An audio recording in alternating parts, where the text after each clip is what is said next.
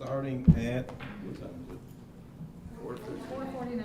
4:49. We're going to consider the first piece, proposed resolution 7, flood mitigation task force, proposed ordinance 13 will be the next piece. So, proposed resolution 7 is sponsored by Council Member Colosimo Testa. She has the floor. Now, did you want to bring them up? I asked them, they said they wanted to, I appreciate it, thank you. Yeah, if engineer, budget. Well, I look at it this way, we're kind of barging in on your meeting, so if you really want us to come up, we can.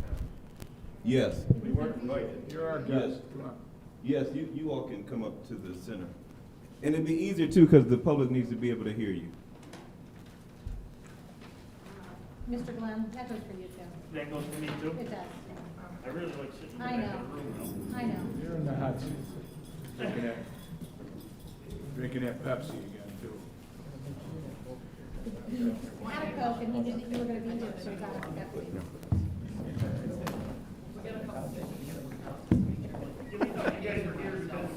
No, we weren't. Until 10 minutes. No, nobody was. No problem.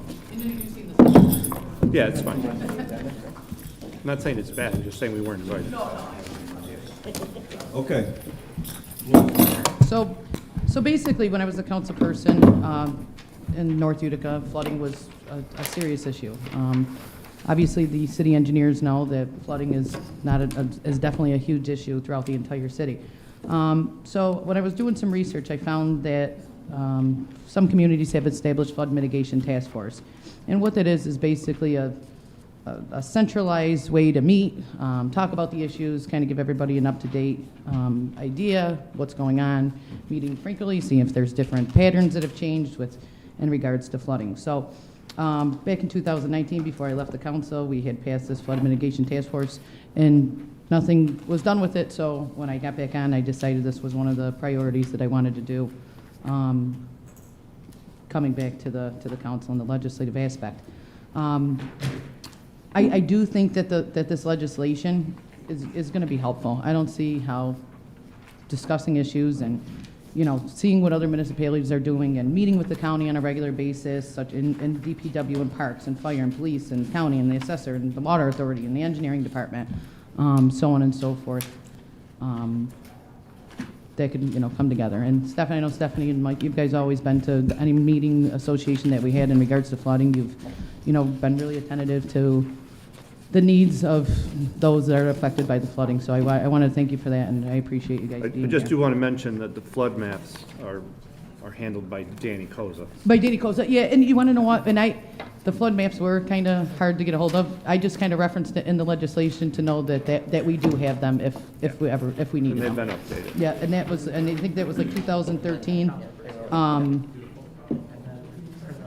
So does the county have them too, or just the, I have no idea about the county. okay, all right, But I'll have to in- double check on But in that. the city, Okay. Danny has. Okay, and I think these flood maps are also, I know these flood maps are also through the flood insurance study that they Sure. did for Utica County. So if you don't mind, I'm actually can I start with Dave, just kind of, and I invited Dave Glenn. Dave Glenn's the head of the commission for the Sequoia Creek project, so I appreciate you being here. And just to kind of give us a direction on how, implementing a flood mitigation task force could be beneficial for the city and working with, our fellow counterparts throughout the county. Sure, I'm gonna stand up because I don't like my back to everybody. So- podium? No, you'll hear me. Okay. I got a big enough mouth. Yeah, right, me too. So, by you guys forming this task force is a great idea, it's a great plan. It shows initiative and it shows that you're taking and you see the problem and you're gonna try to work on it. By forming a task force gives you more things that you can pick from. Gives you a lot more equipment, it gives you a lot more resources, and it gives you different eyes to look at it. You always want to keep everybody looking at it because it's always changing. Flooding always changes. It's never going to stop. You're never going to fix the problem 100%, and it's always changing. So what we developed in the Sequoia Creek Commission is we developed a flood mitigation plan along with maintenance. and we've done quite a few projects. Right now, to date, we've spent $8 million on the Sequoia Creek. That does not include the mitigation plan that we have now for maintenance, because it's always going to change. So this task force is a great thing. Flooding's never going to stop, because you're always building, and you're always changing the environment. But you also have to remember, it may not be just one problem. You may have different problems. You may have a problem that you would have never even thought of that has an issue. Any questions or anything that I can answer for you? Yeah, what other municipalities have a task force, and how many members are on this force? I know she wants to put 18 plus. It seems like an awful lot for me, but what is your suggestion? So we don't have task forces, we have commissions, but it's basically the same thing. So in Sequoia, on the basin side, we have 11.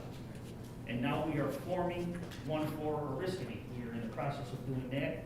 They are coming to our meetings, and we are guiding them to form a commission. They are going to have one of the biggest. It's going to be 2 counties with 26. So you can make it any size that you want. Okay, and what are you looking for in a person that's going to be on this commission or task force? What type? Obviously, you must have some experience.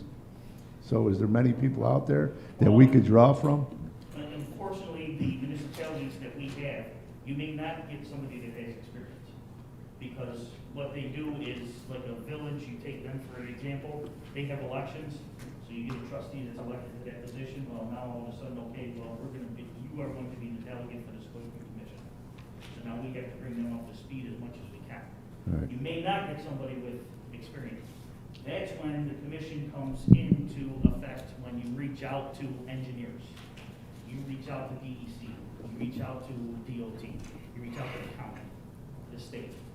Have them come in with the experts, and they will help you and they will guide you. I know Councilperson Friend, did you have a question germane to this, or just would you want to finish? No, let Mr. Glenn Okay. finish. Thanks, Tim. No, I just wanted to point out too, Frank, if you also look at, it says letter C, if you go to number 2, and this was kind of just the research that I did in other municipalities that had created task force, was stormwater management, social services, emergency services, real estate, finance management, engineering expertise, and flood impacts to neighbors and commercial property. So Where there- are you, Sam? I'm sorry. If you go to letter C and you go down to number Which letter C? 2, Which letter C? Third page.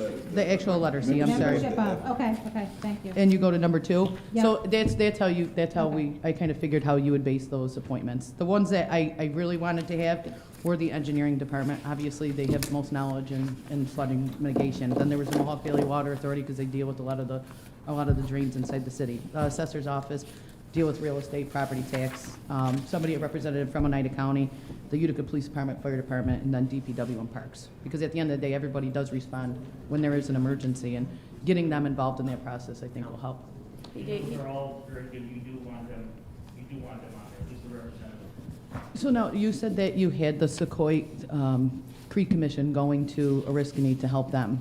Yes. Do you think that that would be something that, once this is established, when we get appointees and stuff like that, that they would be able to come inside the city and help us out in regards to that? Absolutely. We're actually already part of the member. Yes. We are Yeah, part of the yeah. Sequoia So we Creek are already Basin. going and So doing you these. are already a member. Good, good. And it'll be helpful. That's what And just, I was curious, because you said, the consultants you can get for people for the insight of the knowledge of what's going on within the commission. Who pays for those expenses? So we do it a couple of different ways. Like, Because now you're emergency- essentially merging something that might be a problem in Utica, but happens in Hartford or Deerfield. So, the commission probably tries to spend the money equally in each district, or, Kind of, but like, for instance, we had an emergency meeting the other day with the issues with the 2 bridges in Yep. Hartford. So the commission has an engineer firm, Rambo. They've done quite a few projects for us. So they said that we will look at those issues, and the commission asked them to look at them. So the commission paid the bill. And this is another thing that would be subject with you you guys. If you have an engineer to come in and look at one of those issues that you have in South Utica, and we look at it and they say, okay, well, if we ask them to come in, this is one of the things that you have to help. So we have to fund this.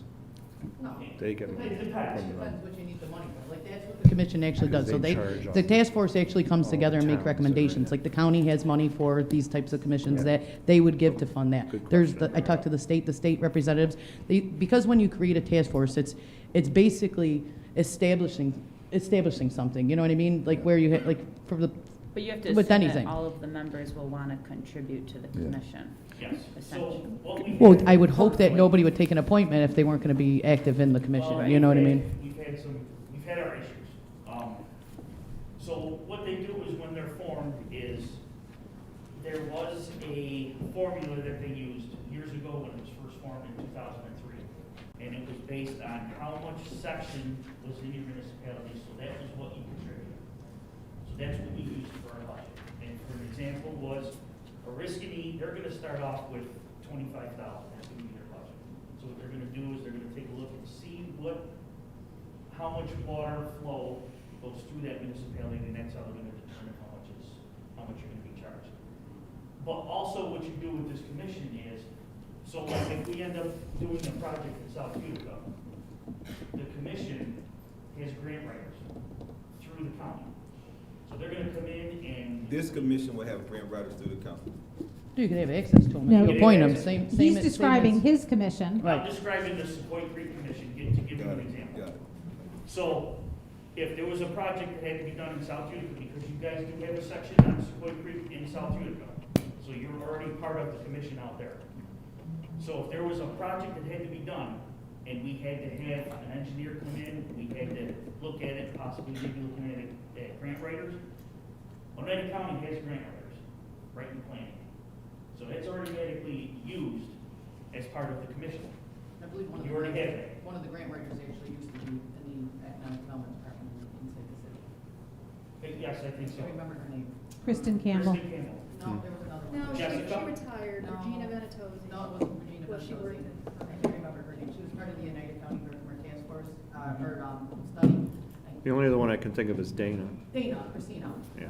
I'm pretty sure Dana was. She Oh, might yeah, be you're, here. yeah, you're going way. Yeah. I don't know See- that she was a grant writer, though. That I don't remember. Yeah. So that would be how that commission or your task force can help. Besides the fact that you now have a go-to when the emergencies happen. Right, but let me explain one thing. I remember Council- we had a flood Councilman a DeBrango. while back, and I Councilman called the DeBrango. mayor. Mayor, what's going on? What do you need? He goes, I'm down at the command center. Why don't you come down? So, I mean, they have something established within Yes. our All first city. responders do it. You know, they have DPW, they have fire department, they have everybody at this one command center, and they're dispatching, you know, wherever needed, you know? And, so that's good, but I'm okay with it, having a task force, but it's gonna be by volunteer. They're gonna be coming out in stormy weather maybe, or maybe not, all depends, maybe they're just gonna look at the creek and say, we think this needs to be cleaned out, we're gonna recommend getting a company here.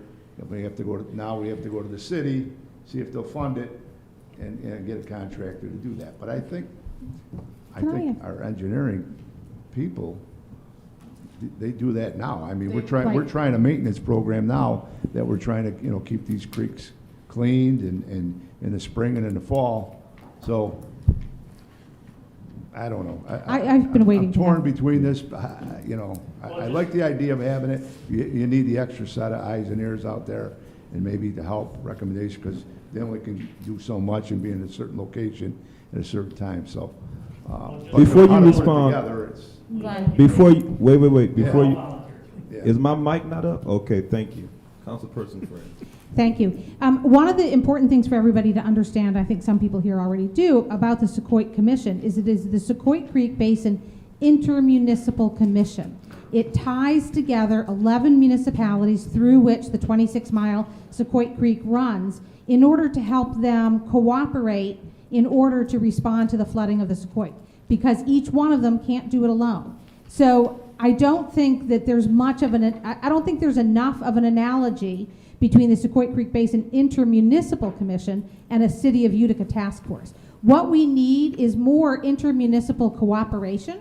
We're getting a lot of it from the Sequoia Creek Commission, which is a terrific commission, and I commend Mr. Glenn for running it. I've been going to it since before I got sworn in, because the Halloween flood was right days before I was elected. It's a really good commission that does really good work by creating the structure by which municipalities can cooperate with one another, because water doesn't understand political boundaries. So I think what we need is better cooperation between ourselves and Deerfield.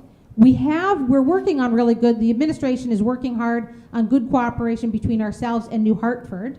I just, from my point of view, as somebody who, the mayor, Mr. Beatrice and I sit down with the mayor and engineering once a month to talk about the flooding, because North Utica and South Utica are the hardest hit districts in Utica. So we're sitting down getting regular updates from the administration on what we're doing within the city. I'm going to the Sequoia Creek Basin Intermunicipal Commission on a monthly basis, as is Stephanie, as is often Heather. My concern is that this task force is duplicating things that we're already doing. I don't think we need a city task force. I think we need better cooperation with Deerfield. I think that the administration is working on that. The water that Joe's people suffer from flows downhill from Deerfield. We need to get a better relationship with Deerfield. I don't know. I worry about flooding as much as anybody in this room, and my constituents suffer from it as much as any constituents of anybody in this room. And I'm not convinced that this is going to get us where we want to be. Can we hear from the, yeah, that's My all. only suggestion is not to say a similar point, but it's making sure the task force incorporates, you want to group everyone and it makes sense what you want to do in involvement. But as far as it's going to get fuzzy with money and what you're spending if you're going to involve Deerfield, but let's say the problem comes from Frankfurt and Deerfield's not going to want to contribute to something that has nothing to do with them. It's still our problem at the end of the day. It's city's problem. So, I mean, No, I could that's totally. where we have to come to an agreement. But what I'm saying is But with I the think that commission. He made a perfect example with the commission that he has, that they have been able to make recommendations and work together through a commission, that it has worked for them. But it's And not specific to working that with body of Sequoia. water. That's what I'm saying. And I get it. So if it's something Right, that's and just like shifted. we were talking about the Sequoia Creek, there's not just problems in South Utica, there's problems in North Utica, there's problems in East Utica, there's problems in West Utica. So what specific body of water is this task force trying The to entire partner? city. I mean, you just said that you go together for, right, there's a commission, right? You go to meetings. How am I supposed to know that you go to a Sequoia Creek meeting? I mean, these are updates that this commission, that this task force would be able to explain and give an update and recommendations based on what you've learned from the Sequoia Creek, based on what you've learned from Deerfield, and come together in a room and say, this is our routine. So it's of what more we're doing. to open communication than it is to fund I mean, I've been to projects. South Utica meetings, North Right. Utica meetings, this meeting, that meeting, I mean. Am I right? A lot of the things, you go all over the place, and yet, for me personally, I mean, it just. I just wasn't sure if it was something like the Sequoia Creek where And that- the thing money is, is I've never funding had- projects. I've never had a task force be expected to show off that's still the engineering department's responsibility. Does that make sense? Can you explain what recommendations that you give based on the commission and why that's important? I mean, because that was my biggest thing 2 years ago, and it was my biggest thing 8 years ago. I mean, I could sit there and say that Joe's been to Deerfield meetings. I mean, just getting everybody in a room to actually discuss and having an oversight from the county and being able to say, well, this is what we did for, the Sequoia. Maybe we can start doing this for Utica, or this is what we did for Deerfield. Maybe we can do this for I was Utica. just wondering more so as the funding of the project, if that's what you're trying to do, if it's just communication. And like he said, instead of the city footing the bill, maybe there's an opportunity for the county to actually write a grant on behalf of the city and actually go after some of these funds instead of, now we've got a $250,000 transfer coming from our own budget, or maybe if we had this task force, they can go in and have the county write a grant for us on our behalf. So, I mean, maybe they would match the grant. So it's I more mean, generic than the Sequoia where it's not restricting to one body of water. That's why this is a commission. Like, this is like an actual task force to make recommendations, to give it out in public, like, this is what we're doing, this is how we're doing it, rather than just going, that you can actually say that this is what the task force established, and this is what the recommendations. That makes more are. sense, it's for And communication. that's why it really wasn't like his is different, that's why Yeah. his commission, like, it's almost like the, Joe, what meetings you just come from? Harbor Point. Harbor Point. I mean, those are commissions that are established in order to set funds and things like that. If you've got somebody writing a grant on behalf of the county, and the city gets awarded that fund, or maybe somebody says, hey, listen, the city is actually putting $250,000 towards a project from their task force, or a recommendation of what the task force could utilize with those funds. Why couldn't somebody from the county or the state say, hey, listen, we'll actually match that funding and be able to help you out a little more? So it is for a line of communication, just more streamlined, rather than, you guys being and I'm not saying that it's not your responsibility. Of course, when flooding happens, it is But responsibility. it's for just communication. Kind of more streamlining communication. That's what I was trying Okay, to so understand. are you clear on that? Are you clear on Yes, that? no, now I Okay. understand. I just- President Galimi. Thank you. Sorry. Yeah, this might be a suggestion. It might be something to just drive the conversation, but I was listening to like Celeste, Sam, Stephanie, et cetera. I read through the legislation, and I think and obviously the committee meeting that we're having right now is the purpose for this. Really, I think the goal is there are a lot of different areas within the city we have flooding, and there's a lot of different coordination that's necessary from the different municipalities. So I think what I'm seeing, within this legislation, even if it doesn't end up the exact thing, is the ability to create a collaborative group, in which case each of the municipalities that surround us do have an appointee and a point of contact, which is listed. Maybe task force is strong in this case, but within this group, so that when the city needs to come together for something, you guys, everyone in this room, the different working parts say, okay, this is the person we need to get in the room today, this is the person we need to get in the room tomorrow. So really, it's just the forming of an actual group to which we will maintain all of those communicative points of contact. In other words, that way, there isn't any funding necessarily, there isn't any of that, but it's a way to just write down who we need to talk to and get in a room when we do have issues, and possibly have some kind of scheduled meetings, maybe quarterly or biannually, to just give general reports to see if there's anything proactive that needs to happen. Make sense? Just to change the conversation a bit. More or less You know a what I mean? communication sheet. Yeah, Councilman like Neal. Stephanie was arriving at that, and that's my point. Just identify everybody. But you're talking intermunicipal. Yeah, of course, it has to be, yeah. Councilman Mill. But it's not like every single municipality has to get together with Utica, Right. 4 times a year. It's more like we're forming it, we're identifying all these people, similar like the film commission we did. We have all these contacts identified in that film commission. If we're doing something in Old Forge, we're not calling up Little Falls. You know what I'm saying? But we know who to contact now in Old Forge. Now that that's established. There's no Okay. disadvantage to having somebody come to Yeah, because have a listing you service. have a lot more knowledge in what you're learning from the Sequoia Oh, Creek than, absolutely. me trying to explain that, and if I had that in front of me, if this is what's going on, but even when you came to North Utica, you explained a lot of that stuff, and I think that, instead of having to keep reinventing the wheel, giving those explanations, as far in a form of a task force would be more beneficial. Okay, I'm gonna recognize I'm Councilman sorry. Mill. I'm sorry. Thank you. Thank you, Councilman. David, Yes. is there a stormwater management task force for the county? That the county has one? It's not a task force, it's a committee. It's a committee. And who sits on the committee? There's some engineers, there is. From each municipality possibly? Not from each municipality, Okay, from some municipalities. from some of them, right? Uh, Because some of them say. Mike, do you sit on, anybody here sit on that with the county? No? No, we- There's the one, I don't remember what it's. Is there anybody, member of the city, sit on that county task force? Not a task force, it's a committee. Okay. Well, what you're saying is the surrounding municipalities, which are within the county, actually the county should be doing this, not us. Because the surrounding municipalities dump water into us, we dump water to them. So it's give and take. And plus with the stormwater management plant that everybody knows our water board, our water bill taxes went sky high. Some of the stormwater we may be able to separate instead of going down into the plant.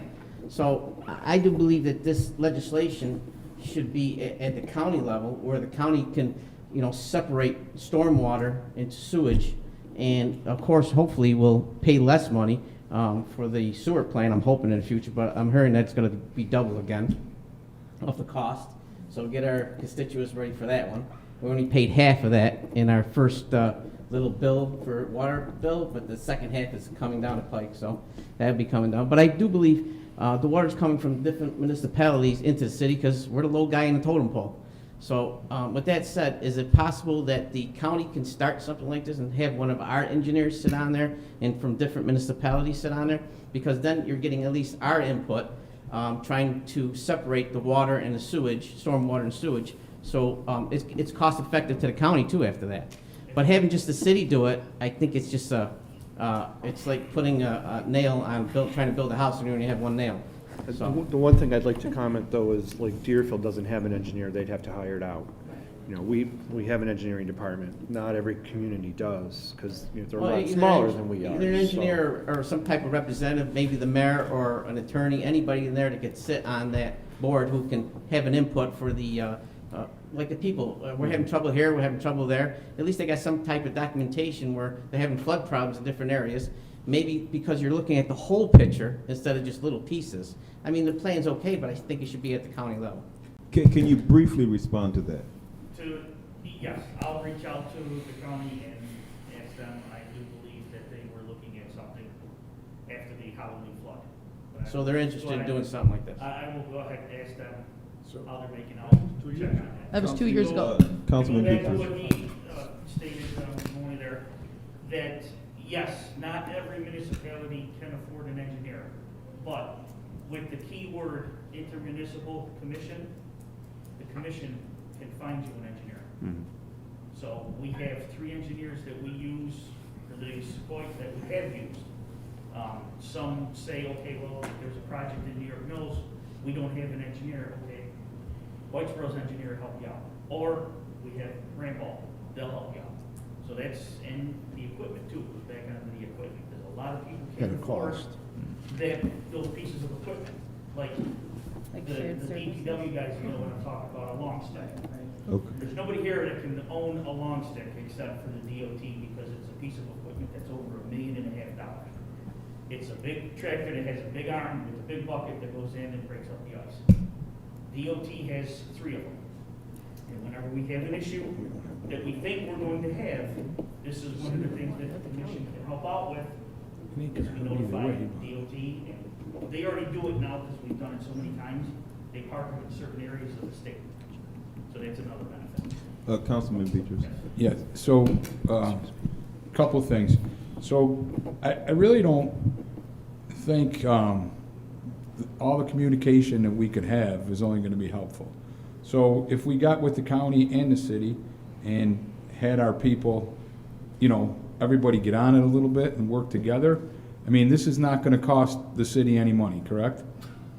Right? I don't even know how money even got involved in it. Okay, so Other it's than not, the so grant basically, fund. I gotta Well, go back to stormwater always what- costs the city okay, money. I have to go back to what President That's why you're Galimi moving money. said. And I have to agree with what Councilman DeBrango says. I think 18 people is a lot of people to have on here. I think if we got it together, maybe somebody made contact with the county and we worked joint together and used it as a communication gap. Councilperson Friend is right. We do have meetings every month with the city. But, I mean, it's a little bit of overkill, but in the end, it's not gonna hurt anything. It's only gonna help. If we make contact with 2 or 3 people that we don't know who they are right now, it's gonna help. But I'd also like to know who plans on appointing these people. It's actually in the legislation. We Okay. all Yeah. get 2 and the mayor gets 2. Yes. Okay. So, and that's why, it's up to 18 people. It's not 18, it's not a minimum of 18 people. Can I? Can I say one quick thing just before, because I don't want to touch base on that. I know that the county has, they have their own committee, that's fine. I don't think there's anybody more that knows more about the issues inside the city of Utica than our engineering and fire and DPW police, okay? They know the area, so to have to rely on somebody else to try and get the answers that we need, to me, that's just pulling off more, a longer time to try and get to the goal of actually creating this task force. And obviously, on this task force, it's the engineering department. I mean, they will be able to work with other people to help, find different ways that that flooding could be helped. I can tell you in North Utica alone that the patterns have changed over the past 8 years. you know, so it's constantly changing. And to me, setting one thing and that's it, that's what we're following, you can't do that, because it But- doesn't, no water flow stays the same. But I will say, I still have the floor, correct? Yeah. Oh, Okay, that's okay. But on that same token that you're talking about, since 2019, we had that flood, and these guys went through and cleaned all those creeks out. We've had major storms, and we've had a little bit of flooding, but it's minor compared to what it was before.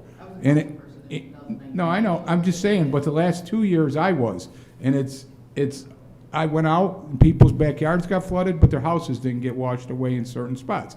And that's because we did that. And the main thing, and they know I talked to all of them, is this flood mitigation this money that we're transferring tonight.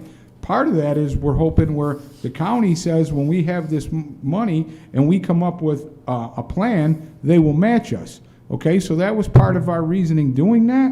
So if we stay on top of this, keep cleaning, like I tell Mike all the time, he would say every other year, I believe if we got the money in the bigger creeks and the bigger streams, we should do them every year, because the way the patterns are changing, we all seem to All it have. takes is one storm. Right. You might have to do it twice a Exactly, year. you know what I'm saying? Right. Right, but again, Ron Vincent's house in 2019 versus what's happened there now, he got flooded, his bricks came down, but his house didn't get flooded. And I think you guys all agree with me on that. So, and that's, I mean, is this a little bit of overkill? Yeah. Is it gonna hurt anything? Not really. So what do we got to lose? I mean, it's not gonna, if we meet 5 people that we didn't know before and we can get phone numbers for, in case of a storm, we can call somebody and we can do something, I mean, that's fine. I mean, as far as I'm concerned. Thank you. Councilman Williamson. Dave, right? Yeah. So you made a statement that, the county never, they never did anything after the 2019, flood mitigation. They haven't come together yet. No, they've been together, but they have not formed a, so to speak. So in the meantime, the way I see it, I have to agree with, we're kind of forcing an issue from a city's point that if the county gets on board, downrange 6 months, a year down the road, and it becomes a more robust task force at the county level, but we're the genesis of it, because we're the nucleus of the county, Utica's the center. So with that said, I think it's just a great idea just to submit this in, get it in, and then the county can come back, and say, hey, we want to add into this, or they end up taking it over eventually. Who knows? I just think, we wait for the county to do something. It might take years. We got it in front of us now. So we're doing our part for our constituents to do the right thing, and do the best we can for what we have. But I think we should just push this through and get it moving. And if the county jumps on board 6 months down, or even 3 months or tomorrow, who knows? It may be sooner than you think. Exactly. But in the meantime, we should be doing it for the city, because we represent the city of Utica, we represent the people of Utica. And I think we should send this in and start moving the process, because maybe they'll move on the other side too. Right. That's all I got. And I just want to mention, you are represented from the county. If I could say something.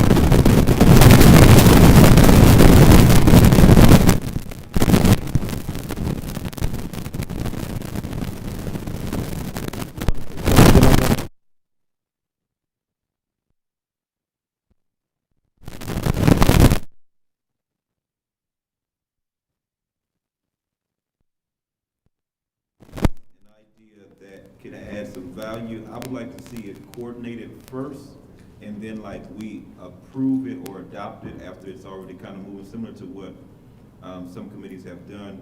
Because I'm concerned about the coordination of all of these persons with the city if there's no buy-in from the city. And we've heard about that yesterday, about not making meetings or stuff like that. So that's my only concern. If there's no buy-in from the administration, then we'll have this tug and pull, even though we'll have this already established. So that's my kind of thing. But I want to recognize you and then move to Sure, and Councilman I Brady. think that the administration is here.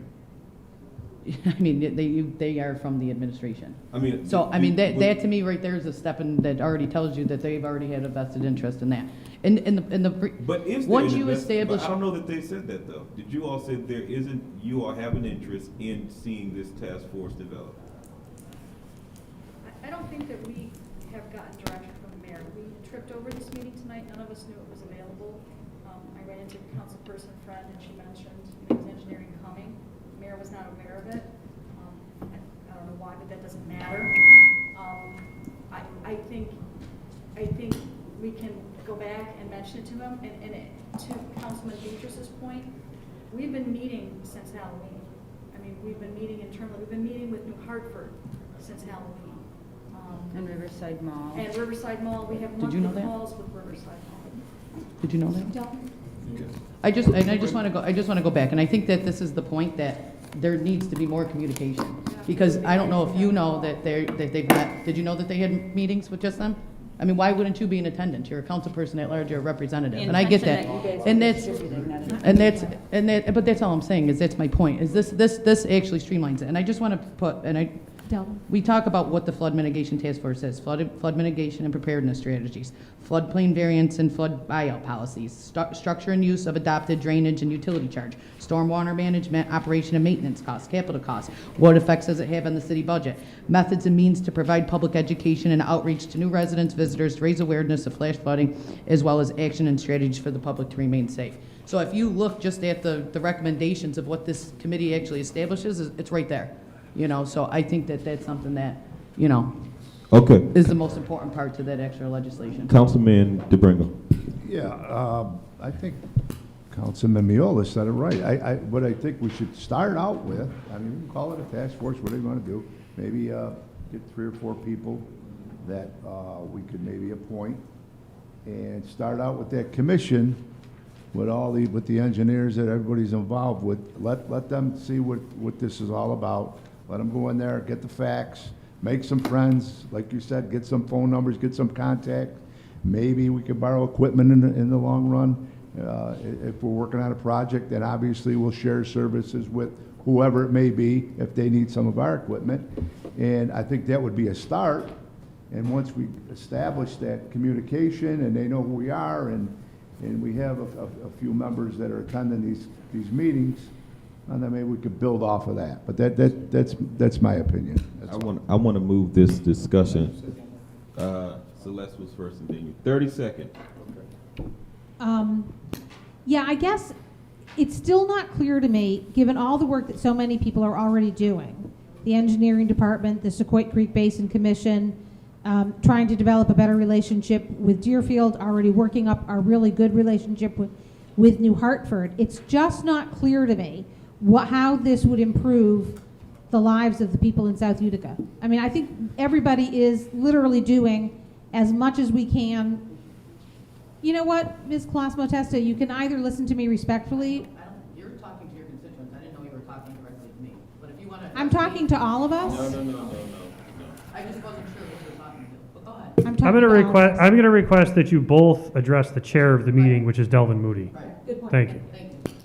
So I'm just not, the engineering department is doing the best they can within, I mean, there's only to some extent so much we can do, right? We're not going to completely rip up South Utica and rebuild the entire storm drain system, or, but maybe we do need to build better storm drain system in North Utica. The Sequoia Creek Basin Intermunicipal Commission is doing the best they can. They've got this great new study. They know how to move forward. I'm literally not convinced that this is going to make our response to flooding better. There's a lot going on. There's a lot of expert opinion already dealing with this issue every day in Utica. Councilman. So, Richard. just very quickly, at the end of the day, how does this hurt anything? So if we approve this, we put it on, we have tried appointing people, and it works out a little bit, that's fine. If it doesn't go anywhere, it doesn't go anywhere. But it's not gonna hurt to try something. I mean, is it a little bit of an overkill? Yes, I agree.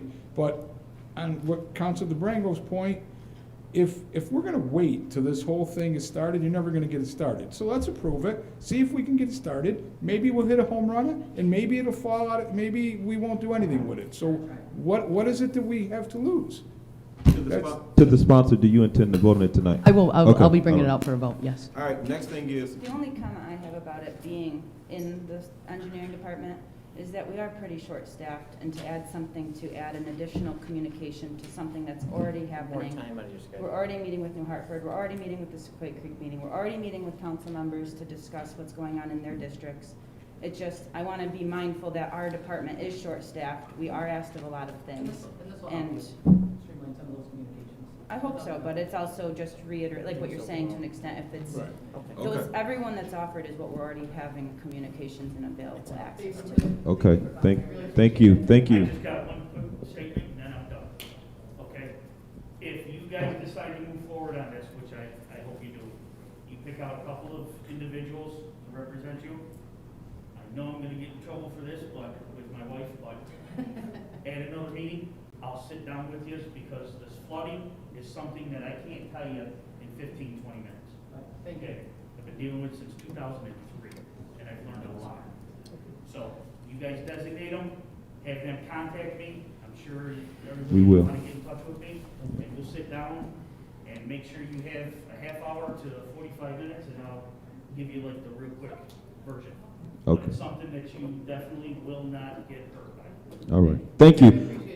The next thing for us to consider is ordinance number 13. Councilman Breaches is going to introduce this, and then I'm going to leave space. If the budget director will have something briefly to comment on this with regard to the funds. We dealt with this already with the other fund that we approved. This was just in committee. Councilman Breaches. Thank you.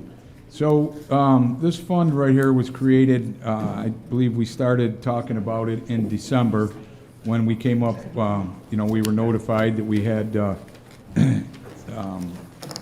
surplus, and they came up with 3 other funds, and we just moved some money. And I decided that I thought we should have an unrestricted fund for the flood mitigation. So, so we transferred $250,000 from the fund balance unrestricted, and we created this flood mitigation fund. I'd like to see, once our budget comes out, that we may be able to transfer a little bit of money into this. To me, this is rainy day money. We will, and Heather, you can tell me if I'm wrong, but in the regular budget, we are gonna have a line for flood mitigation also, correct? No, we have one now. We have one. So that's there. This is just basically a rainy day fund, is what I'm looking at. And I'm also hoping, I've talked to Tony Leone, and if we could come up with a plan, show him that we have this money, I'm hoping that we could get some extra money from the county to put in this fund, and we have it here, that we could use it for maintenance, for, I have a couple, administration's aware that I have a project that I need done, and stuff like that, where we have this money here, and it's only for flood mitigation. So that's where I am with that. I think, Yeah. Joey, of course, I'm for this legislation. The only thing we have to do to amend is put the budget lines we in have there. it right here. But you have to read into the record. Okay. All right, Do you- so I'm assuming tonight- you want to introduce it Yes, tonight? yes, Okay. yep. So, Mr. President,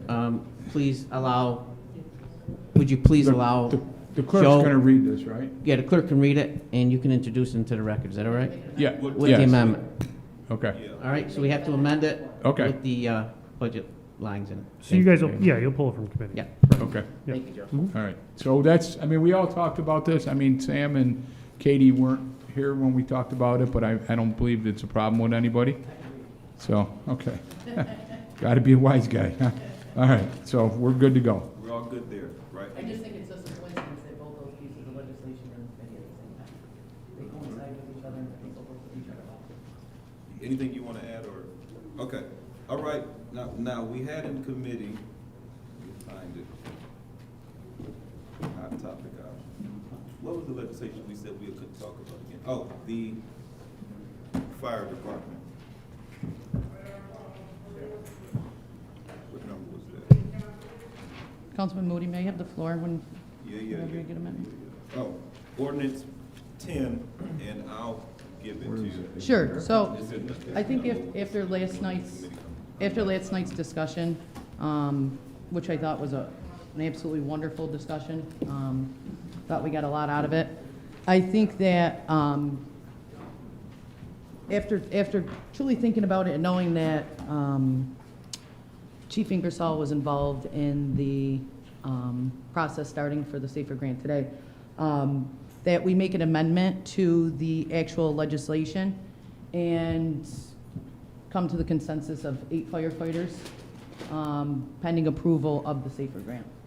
So that's an amendment that I will be making to the legislation when I pull it out for the floor for a vote tonight.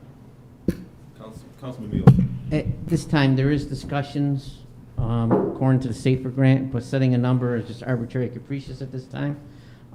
According to the mayor and the chief, they're going to be agreeing on a piece of legislation that's going to be a resolution that's going to be set for our February 2nd meeting.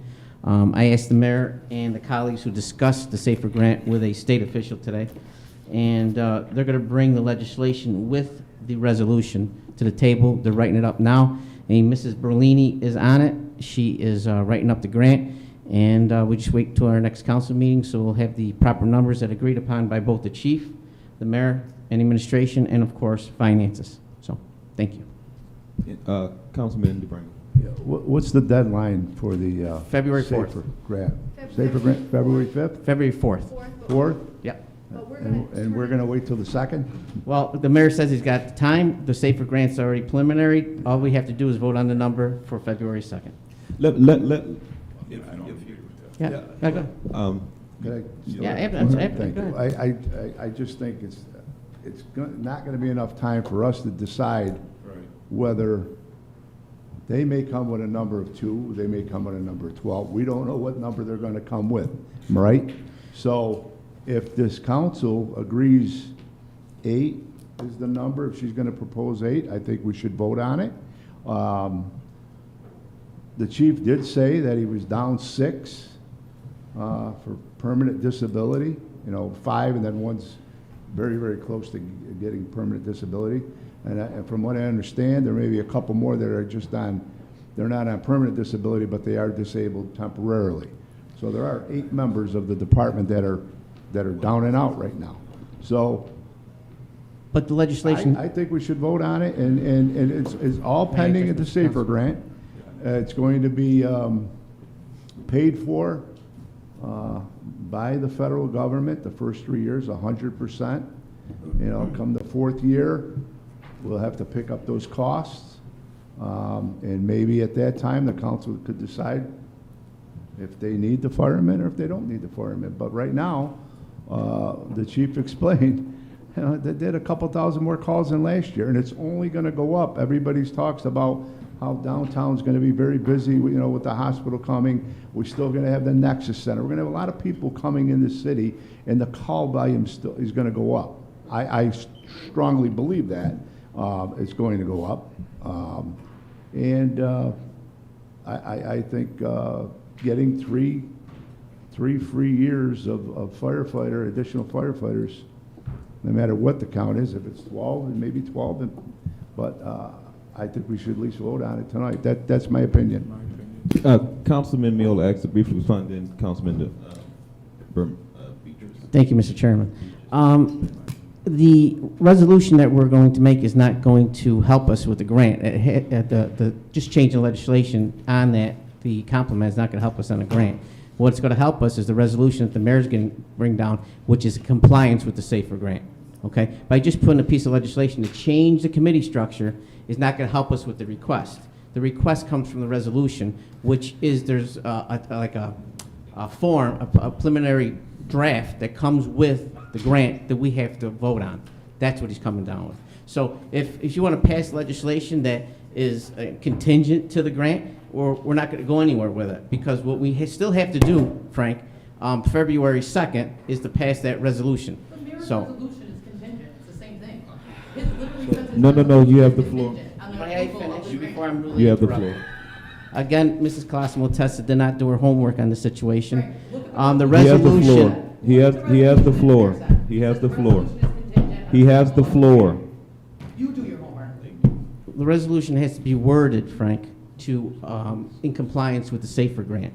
We just don't have to, we just don't change the complement and change numbers. Yes, of course, I can yield the chair to Heather after, because she'll also verify the same. We just don't change the legislation and attach it. We have to put the reason why we're doing it to apply for the SAFER grant, Frank. Councilman Beatrice has the floor. So very quickly, I don't understand, you guys can maybe tell me, but this grant, it's not costing us anything. Why would we jeopardize 2 weeks when the deadline is close to the 5th? So we put it in and go with it. I mean, let's just go with it. It's the same basic thing. Actually, I thought what the mayor wrote was pretty good. He wrote on his legislation that it's 3 years and they're keeping them for another 2 years on top of that. That's the secret grant. Right. That's not his. Okay, well, it's in his, what he wrote, it's not in ours, so, okay. Does everyone have the current mayor's message? Yes, Yes. yes. Okay. So my point is, we're not gonna hurt, it's not gonna hurt anything by bringing it out and vote tonight. Okay, I do want to say that before I give the floor to Councilperson Celeste, then Councilman DeBrango. When it comes down to if it is voted on tonight, if Councilwoman Colosimo Testa brings it up for vote, I'm not necessarily going to vote no or against it with the contingency of the grant, right? It's not contingency. It's Upon approval. So that means that the complement does not increase if the grant is denied. Okay. Legislation's dead. So I'm not opposed to that because it doesn't cost us anything right now. But that is a firm, it needs to, for me, I don't want to vote yes if it is not with the approval of the grant. Person. Just very quickly, I just want to make sure that I'm understanding that this legislation doesn't meet the legal requirement, this ordinance, of applying for the SAFER grant. That requires a resolution just like every other grant. So like the Main Street grants, we approved 3 of them last year. We had to approve those resolutions in order for each of those organizations to apply for those grants. That's a requirement of the grantor, right? So the February 2nd resolution that the mayor is putting together for us to pass on February 2nd is required for us to apply for the SAFER grant. We cannot apply for the SAFER grant without it. No, it's just in support of. So- It's right in the mayor's message that I think. And his resolution is just saying that he's putting a resolution contingent that the grant is approved. If you look at what the city of Syracuse just did, they actually submitted a grant to the SAFER grant and then accepted the grant through a resolution on behalf of the federal government that awarded that. Okay, So- Councilman. Okay, Are so- you still want? I still have the floor. So it is not like the Main Street grants where they can't apply for it until they get the approval of the Common Council. That's how the Main Street grants work, correct? That's how that works, that's not how this works. That's not how this works. Okay, thank you very much. Councilman DeBrango. Okay, I think it would be advantageous if the administration knows if we're going to support this or not. This may not get supported. If we're okay with 8 members to be hired, they could put that in their resolution after we said we're giving you the go-ahead to put 8 members aboard. They don't know what we're thinking. They may come back with a different number. They may come back with more. They may come back with less.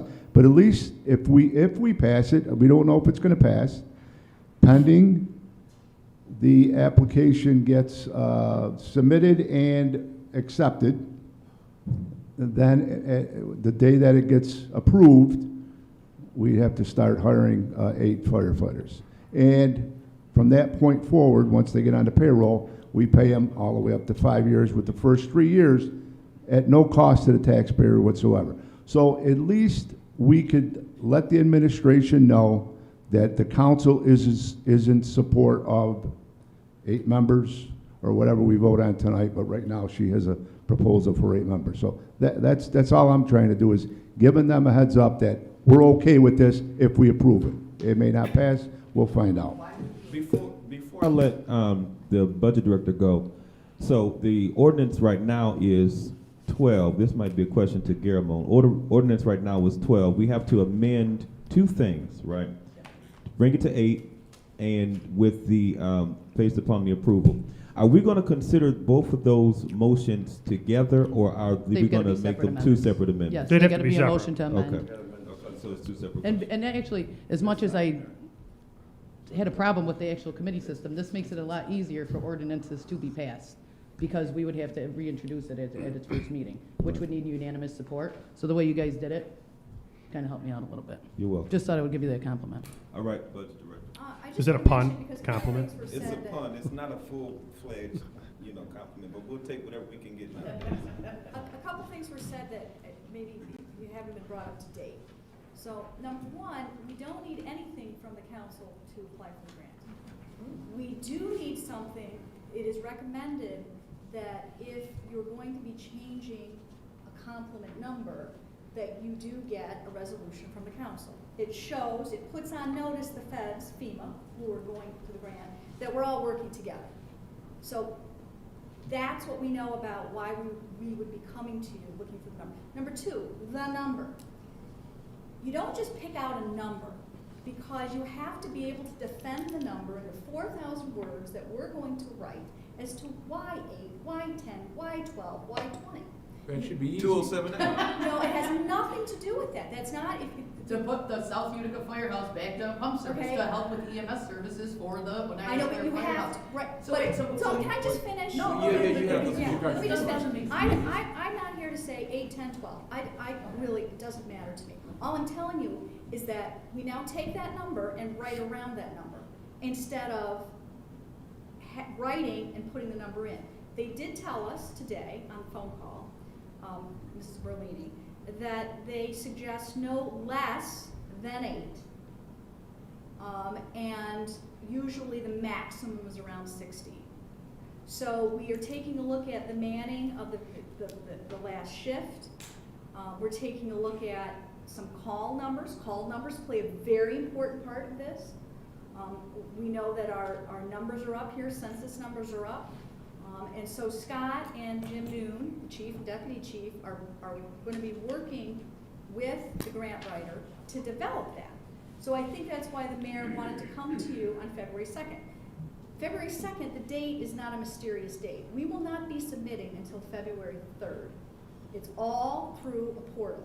A button will be pushed on February 3rd, whatever it is. And so I just wanted, that's where we're at. Can I respond? Yes. That's just the facts. It's not- I just want a question for Heather when I get a chance to. And then after, bring the.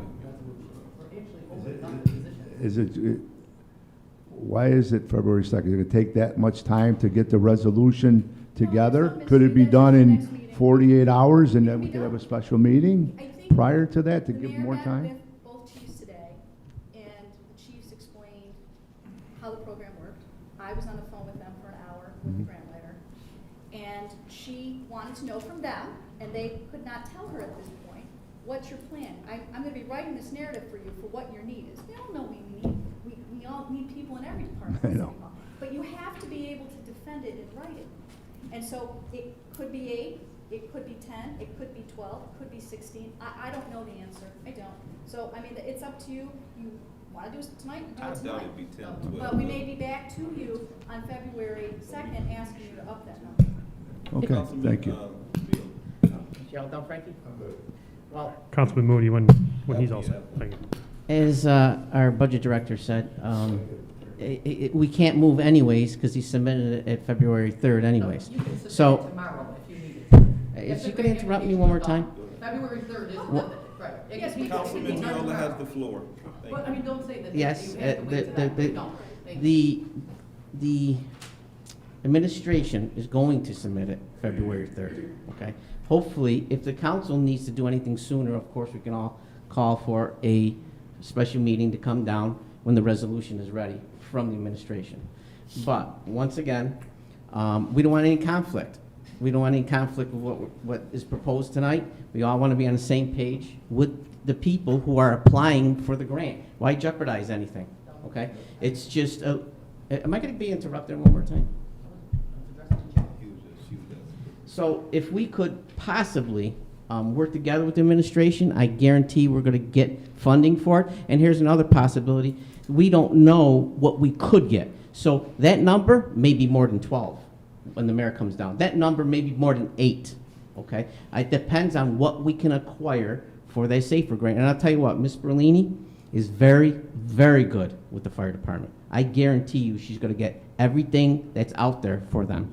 So if President Galimi asked for the floor. President Galimi asked for the floor. Yeah, just 2 sentences, maybe 4. Hurry up. All right.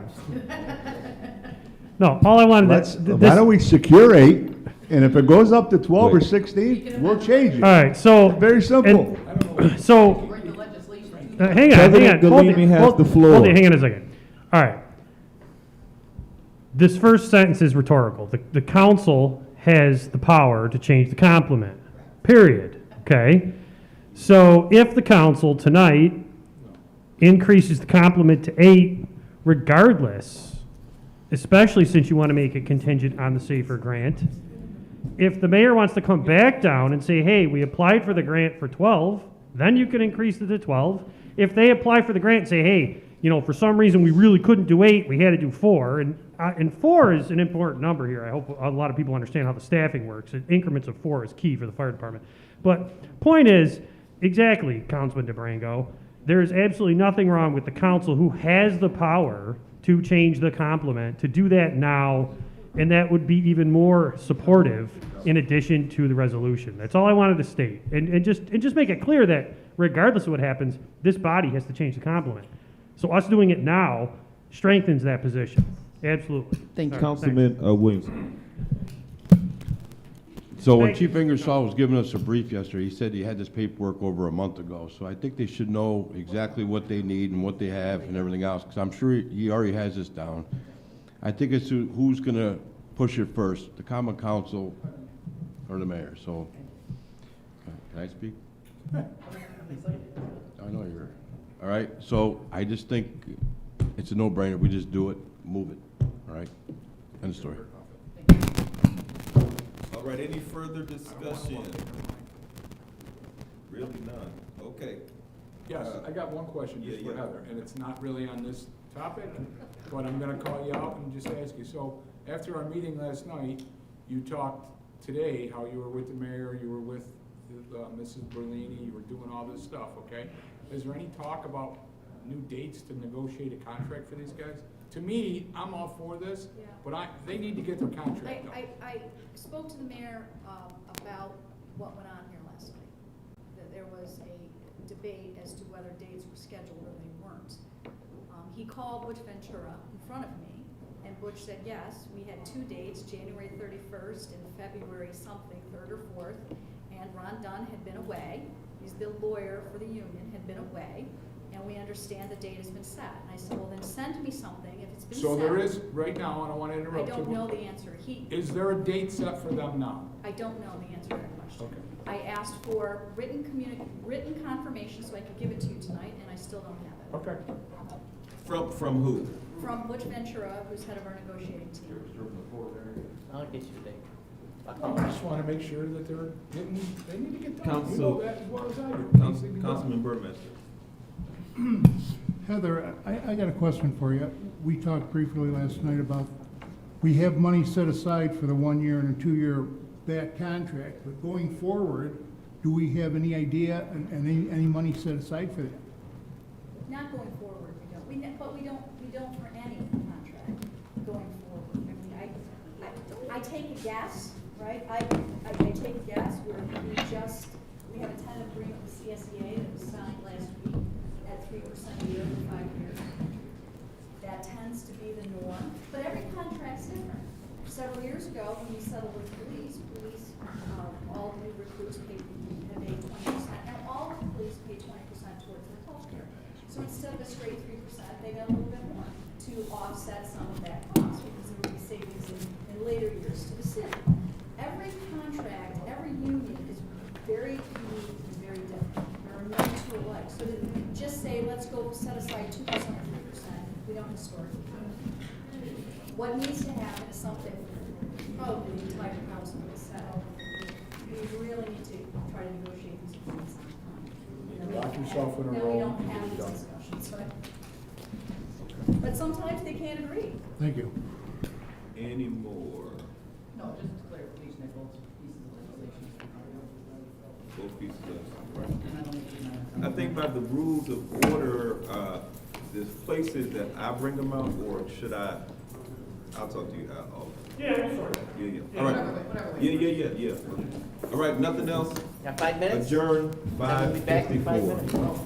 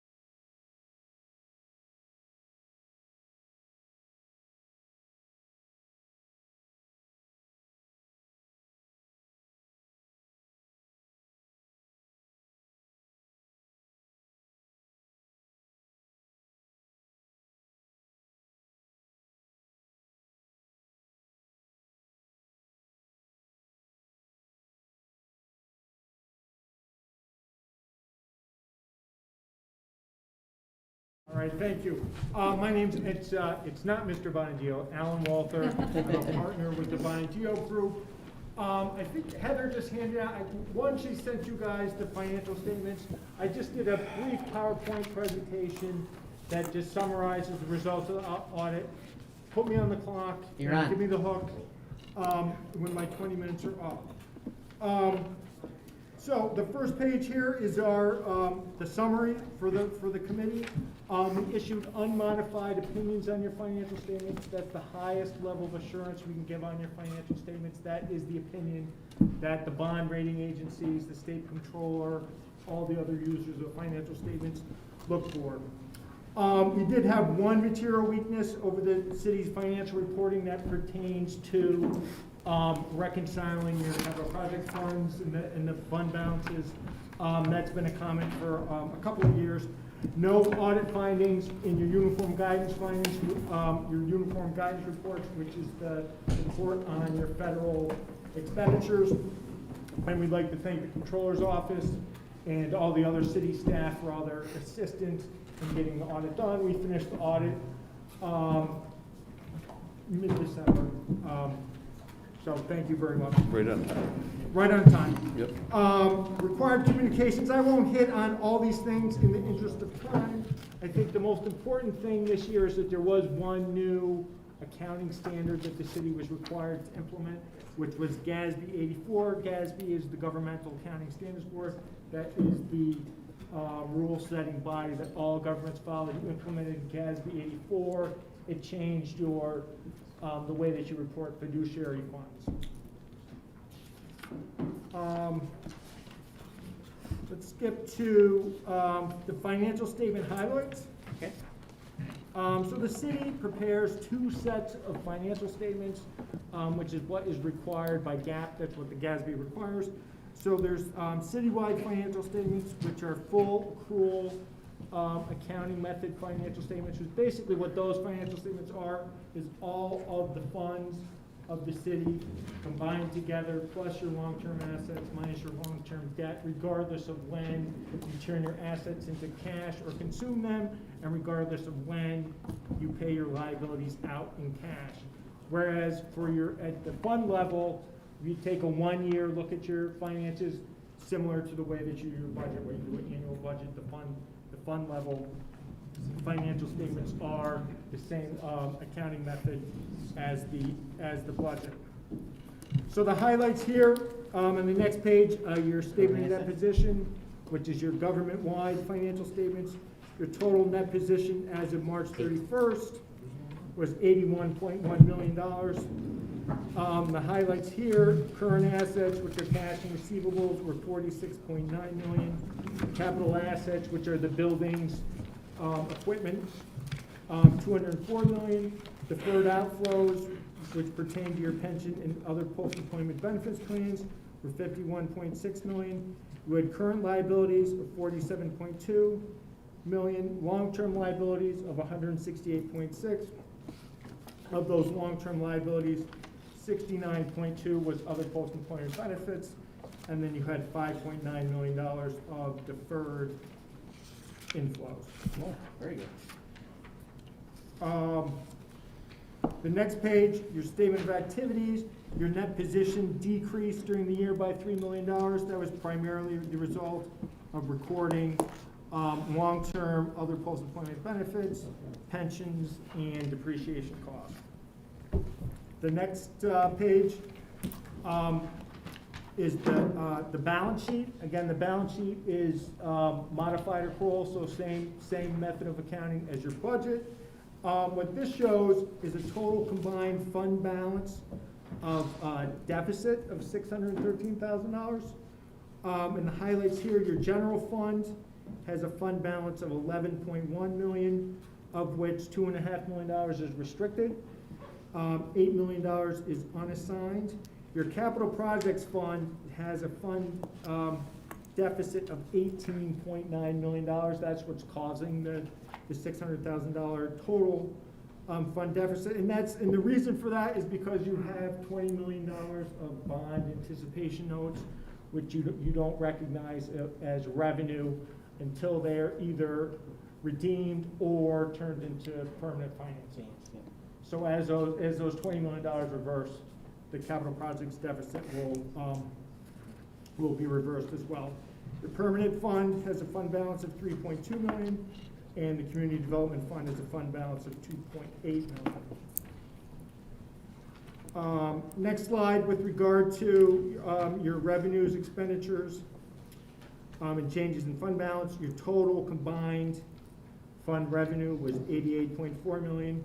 Expenditures were 99.5, and other sources were $458,000, resulting in a decrease in fund balance of $10.6 million.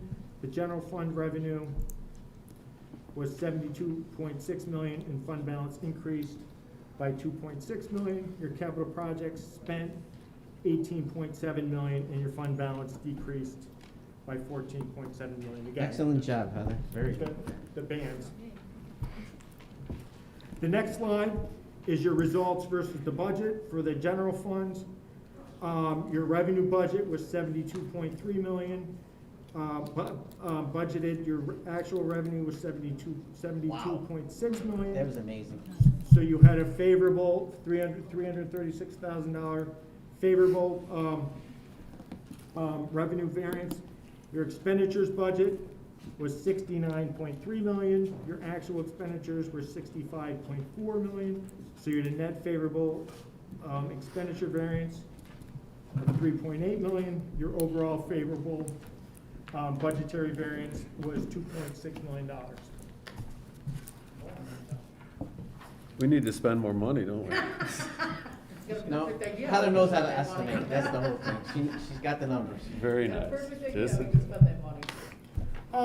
The next slide, we can skip the government auditing standards uniform guidance. I said initially, no compliance findings, one material weakness, and then no uniform guidance or federal findings.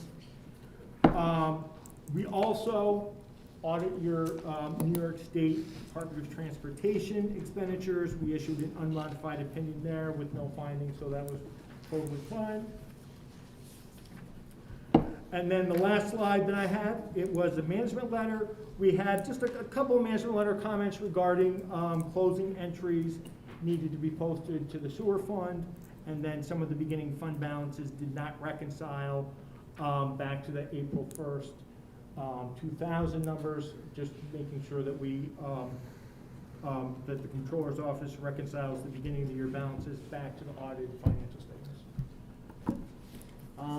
Thank you very much. Thank you. For that quick, very good audit summary. Well done. I'd like to open the table for questions. I would start with my colleague, Mark Williamson. Good seeing you again. Nice to One see question you. I have, I know Heather talked to me about this. What is the minimum requirement for the general or the fund balance we gotta keep in there to keep the city going if something happens? There's really no minimum. A few years ago, we did a project with the mayor's office, asked us to give some recommendations and take a look at what the fund balance should be. So basically what we did was we did some research with GFOA, which is the Government Finance Officers Association, and I believe, and Heather, correct me if I'm wrong, because this is going back several years, I believe that their recommendation was to retain between 12 and 16% as unreserved, undesignated. What they, actually, I pulled it up today. Okay.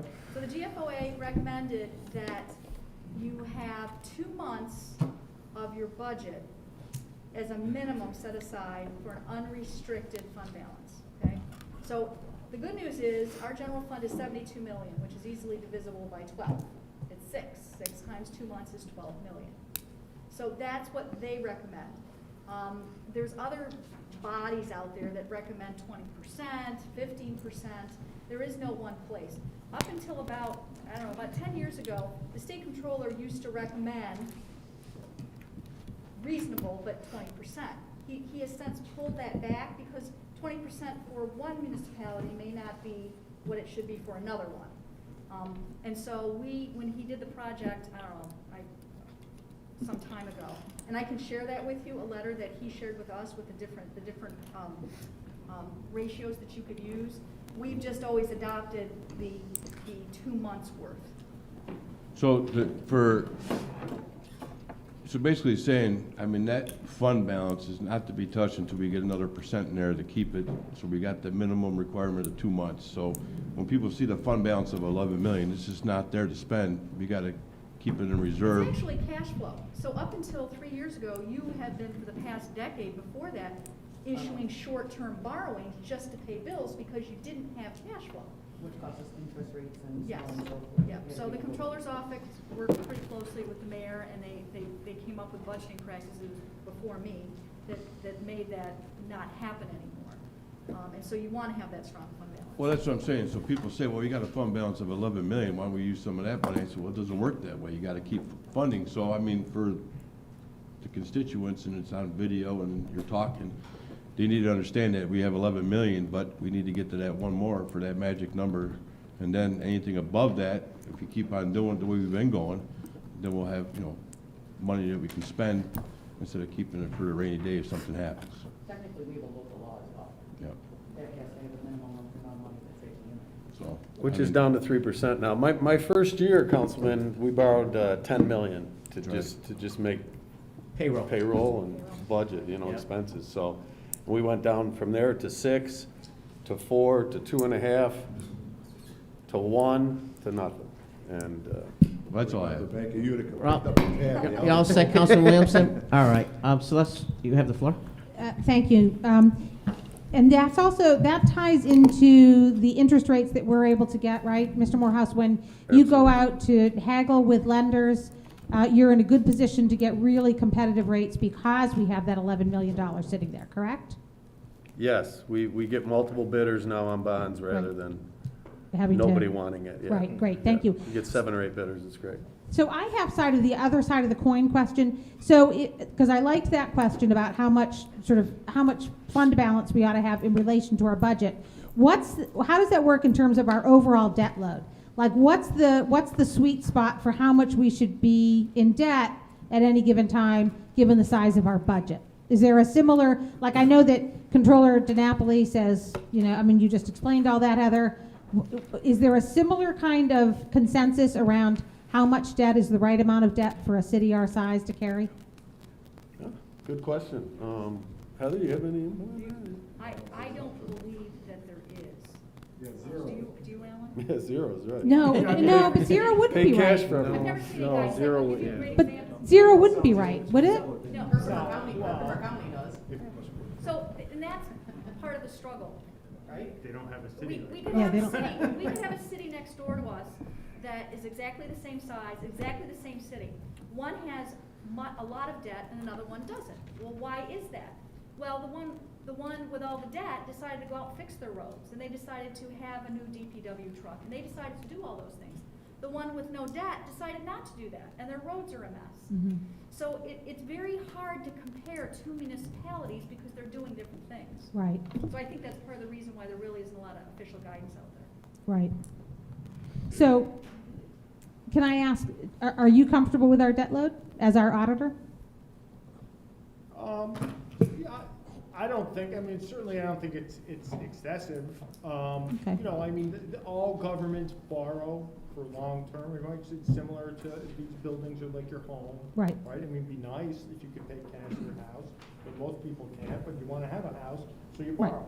You wanna have buildings, and police cars and fire trucks and et cetera, so there is, certain repair the roads. There are probably, as one of the council members said, some municipalities in the state without any long-term debt, but again, they're different, they're different. Certainly, the city, I wouldn't imagine any scenario where you would be different. Well, I think back 10 years ago, when you were talking about the amount of debt. that we- Samantha, Celeste Friends still have the floor. Well, I'm just trying to- Thank you. Trying to explain. We were in a lot worse Uh, situation than We finished? Samantha, you all I'm set? good, thank you very much, thank you. Mr. President, That you're is next very to helpful. Colin, sir. Thanks. Yeah, I just wanted to make a clarification. Alan, thank you for being here. But you've heard me make this clarification before. Just so everyone on the floor and the audience understands, The audit that's performed audits the function, the form, and the lawfulness of our accounting functions. It does not provide any recommendations of how we spend our money. It's really just making sure that we are following the proper principles of accounting and following all the different, like the GASB legislation, et cetera, et cetera. So I just wanted to make that clear that I appreciate all the recommendations, but we shouldn't put any pressure on Alan to recommend how we should bond, how we should do those things, because that is up to us. Thank you. Thank you, Mr. President. I'd like to wrap this up if there's any more questions. Samantha, you have the floor. Two things. You don't need to. Sorry. A couple of questions that I have. So the one was, where did the revenue over budget come from? I guess that was a question that I had. Because it says revenues were over budgeted by $336,000. So where did you see that over budget come from? So, and Heather's right there as well. On page 57 of your financial statements, if you have that in front of you, that's where that comes from, and you can see the, it's the $336,000 was a favorable budgetary variance, and then you can see all the various sources that the city budgeted for in the over/under. I mean, there's a difference though from gaining revenue and then over budgeting, I guess is my question. So how did the city actually over budget based on that? Where would, because I've never seen that before, so I guess that would be my question, is how did we over budget? Well, you have to, as you mentioned on page 57, you see all kinds of ups and downs. No, I get that, but usually when you think of over budgeting, you think of like you raised the tax or something along those lines that didn't need to be raised, I guess. Well, you have to remember, last year was a very unique year. We stopped spending. Government literally stopped, other than necessary services. No, I totally understand that. I guess I just don't understand the term over budget. Wouldn't that be like an additional revenue source? Because that you did that? So I guess the term I get over it. budgeting Yeah. was kind of confusing to my. It is. It's because Did I it's on use the that revenue term? side. Yeah, you did. That's okay. It's just on the revenue. It's I on guess the when you're revenue reading side. it, it's like. Over budgeting is not the right term. You had favorable budgetary variance. And that's why I was like kind of confused when I'm reading it, because if it had that in there, I mean, when you look at this and you're like, well, how did the city over budget? Like, do you get what I'm saying? Yeah. So I'm just a favorable revenue source of $336,000 would make sense. Correct. That's why they were under budget, the 3 million, and that's where obviously the cost of cutting, your expenses came in. Okay, so that makes sense. Are we all The set? books are Samantha? already, no, I got two more things. So you also stated a question in the beginning of in the book, and you can go to actually page 4. And it says, one of the most important questions asked about the city's finances is the city as a whole better off, worse, or worse off as a result of last year's activities? I mean, obviously you can answer, I didn't really see an answer to that question, basically saying, so is it good that we're cutting expenses? Is it good that we're over budget? I mean, I don't know, I guess, what is your answer to that question? Because I didn't see that in the actual result. Well, so when I reviewed the overall results for the year, right? So at the fund level, right, we talked about the budgetary surplus, right? So you're better off, I guess, than last year. At the government-wide level, at the full accrual basis, I think you were down was it $3 million off the top of my head? Yeah, so it was 3.8. Yeah, it was $3 million. Yeah. And again, that's the difference between the budgetary basis and the full accrual. So at the full accrual, you recognize all your other post-employment benefits, you recognize depreciation, you recognize pension costs. Right. Okay, and one other question that I had was, and I don't know if this is where it is, and I had seen it, I don't know remember if it was in the mayor's budget or Heather had mentioned it, or there was something in there that we had a payment for $4 million. And I can't remember if it was in the retirement system or what it was that we actually put aside for, I can't remember exactly what it was. So Did we defer any payments towards anything last year? I guess that was the question that I had. Because I had saw something that there was about $4 million that the city had set aside, and it was for a payment. I can't remember if it was for retirement or it was for bond debts or for debt service. And I don't remember where it was, but I guess my question was, did we defer any payments that were necessary from last year? No, I don't, I mean, you're not talking about ARPA money here. No, it wasn't Yeah, ARPA money. yeah, It was okay, actually yeah. towards, I think it was towards debt service. 4 million doesn't It was ring a like bell. 4 million. Did we, at any payment at all, did we defer last year? Okay, I guess that was my question, because I had seen something that there was a deferment of a payment or outflow, and I just wasn't sure if that was in court.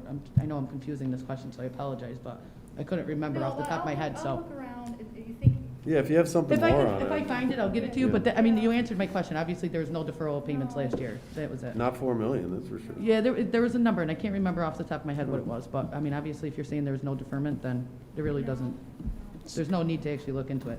But I think that this audit from the first one that I did, we went from, 15 findings to now. 12 now, let's not get All right, carried all right, away. all right. It was like, it felt like 150 at the time, but I think that, overall, that this audit process has been a little easier, going through it. I'm sure it has for you, that a lot of things have been corrected. So I think that has been an important component to how we function as a city and where our budget's actually been too, so.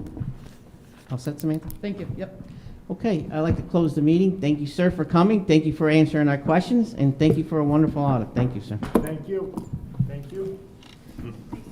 Council members, I'd like to start with our ordinance number 1 on our pre-council list for a sign on O'Brien Ave and York Street, sponsored by Councilman Burmaster. Well done, sir, thanks. Councilman Burmaster, are we good with this legislation? Yeah, we're good with it. Okay.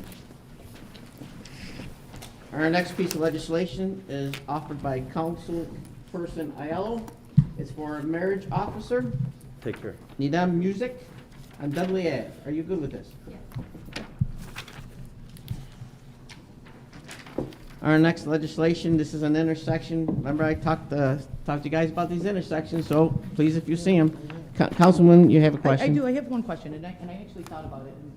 And maybe the police chief can answer this. But some of the intersections, I remember, Chief, some of the intersections we didn't like to put stop signs. And because obviously it was an intersection or so on and so forth. I can't remember what the actual reasoning why they didn't like stop signs at every single intersection. But would it make sense if we're doing this now to put maybe a local law in place that every intersection would have to have a stop sign? Absolutely not. It would be redundant to what you're saying. We're only doing No, on. I'm just saying, like. We're only doing on intersections that actually require it. So like there's a lot of T intersections and stuff like I get that. And that's what I mean, like what intersection? Go ahead. So, vehicle traffic law specifically says that T intersections don't require. I understand. But there are T intersections in the city where we have accommodated council people or constituents where they've requested those. Right. Stop signs, we try and limit that because of the cost factor, the fact that, by law, we really don't have to have a stop sign at those intersections. I understand it, but a lot of people don't know the law and they don't stop. And that's what I mean. And we usually have a I traffic think there's- study supporting that stop sign. We do a traffic study. Yeah, that's very important. Right, and that's so. very important for that. Okay, let's move on to the next piece of legislation. This is another. Can I just throw something out there, Councilman Viola? Excuse me? That T intersection thing is usually on driver's license tests. No, it's a dead end. And the I'm problem just saying, is. it's on there sometimes. I'm just throwing it out there. People don't stop in that Parkview and it's on a hill and they can't see No, because there's a tree there and they need to stop. I think there should be stop signs at every intersection. but I guess I'd that's like to just see that, but I my don't think so. personal opinion. Our next piece of legislation is a T intersection, right on Parkview. The next one's legislation number 5. Another one, this was just a cleanup. They had it, the verbiage wrong in our book, in our stop sign requirement book. We just cleaned up the language in it. And our next piece of legislation is for, property exemption. This is something that I think that I would like to have all our colleagues sponsor it. It helps the disabled bring more assets. Seniors, too. To senior citizens. It brings their, payment up to, I think, 18,000, something like that. And it does have a outline with this. There are people who fall out of the requirement, only earning a 15,000 cap. this offers those people who have property, sayings of property taxes. I think the assessor is more astute with this, so I'd like him to give us a quick summary on this legislation. Can you introduce yourself, because a lot of people don't know you? I know you're a new assessor. Yeah. And please go forward. My name's Rich Maxwell, and I've been on board since, since July I've been around. Okay. I didn't come on board until a little bit later. The legislation, by having a one number, $15,000, this year is going to be really onerous to the elderly because they're going to get a 6% increase in their Social Security. Now, most people, that's their only income, is their Social Security. So their taxes right now for the city and the school would, if they get another $700, might put them over the top, and then the tax burden on them could be as much as $800 or $900. So they'd get that money from Social Security, and then we take it right away from them. Right. So, and this hasn't been looked at since 2009, I believe. So, I have experience with this because I've been in other towns, assessors in other towns, and I've introduced this same sliding scale in Oneonta, Otsego, the North Country, and a couple of places. So it's an easier way. So if you get a little bit of a benefit, it might take you from getting 50% reduction to 45% reduction. So you don't lose that whole amount of money that you just got as help you with your cost of living. Okay. So that's why we did it. The other part is because it's, you know, I hear the people when they come in and talk to me, and when they lose this exemption, how much it means to them. You know there's a need. Yeah. Okay. All right, thank you very much. Like I said before, Frank, it's the right thing to do, and the mayor and everybody involved did the right thing here in bringing this up. Actually, a couple months before Rich came on, I brought this up to you. Yes, I And remember. sent you over the information, and great minds think alike, because Rich came on and he immediately took it and ran with it, which you probably wouldn't have got done without you, Rich, so appreciate it. Yes. It's the right thing. It does cost the city a little money in tax revenue, but it's the right thing to do for these people, because I took the phone calls, and it's devastating when somebody goes from making $14,900 to $15,200, and their tax bill goes from $800 to $1,600. You know, it's devastating for these people. So, thank you, good Mr. thing, Controller. very good thing. Thank you, Mr. Yeah, just Controller. a I'm quick going to question. go to Frankie DeBrango, Yeah. then Marima. Now, they have to submit an application, they come here, could they get the application online? Well, And they have to submit their financial statement to you, so you could confirm that Yes. they qualify. right now, the second part of this is that they don't have to come in because of COVID and all that. And we were going to automatically Who's allow receiving them them? to do it. They're on fixed income. Most of them are on fixed income. Their income is not going to change much. So typically in most years, yes, we send them out a renewal form, they fill it out. Typically, they don't fill it out. Typically, they come in and throw their taxes or throw their Social Security stuff in front of us and say, can you figure this out for me? Yeah. That's why we don't want to have them coming in and going through all that. 600 people coming in to the assessor's office, throwing their stuff down and saying, hey, I don't know, what do I get? That's typically the way it goes. Okay. So we know who already can have this exemption because this moves them to the county level. The county already has its exemption. We manage that also. But if So a- I know who out there is already eligible Okay, for but this if a program in person the city. turns 65 Mhm. and is within this bracket, these numbers here, Yeah. they have to actually come. They and will fill out now the have to application. yes, To start the anyone- initial process. Right. And after that, you'll renew it every year. Yes, Okay, yes. thank you. Now, we used to be able to monitor that because we did their enhanced star. So when they got their enhanced star, they came in and we saw them and we said, hey, you're eligible for these other programs.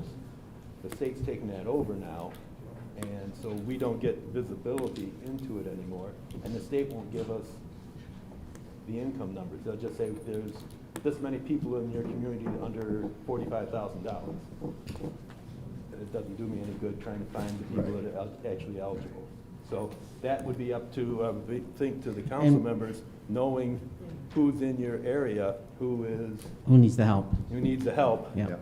have them, you know, and we'll help them with the applications and whatever, but, you know. We'll bring them down. Gotcha. Yeah. Thank you, Councilman DeBrango. Marima, you have the floor? Just really quick, we have two pieces of legislation for you guys to consider. And one is the resolution. It's That's 6 the- and 7, yes. Yes, that's the automatic renewal that Rich just had referenced. Yes. That's for whoever had it last year, will continue to have it this year. That's as a result of Governor Hochul's executive order, so we just do it by resolution.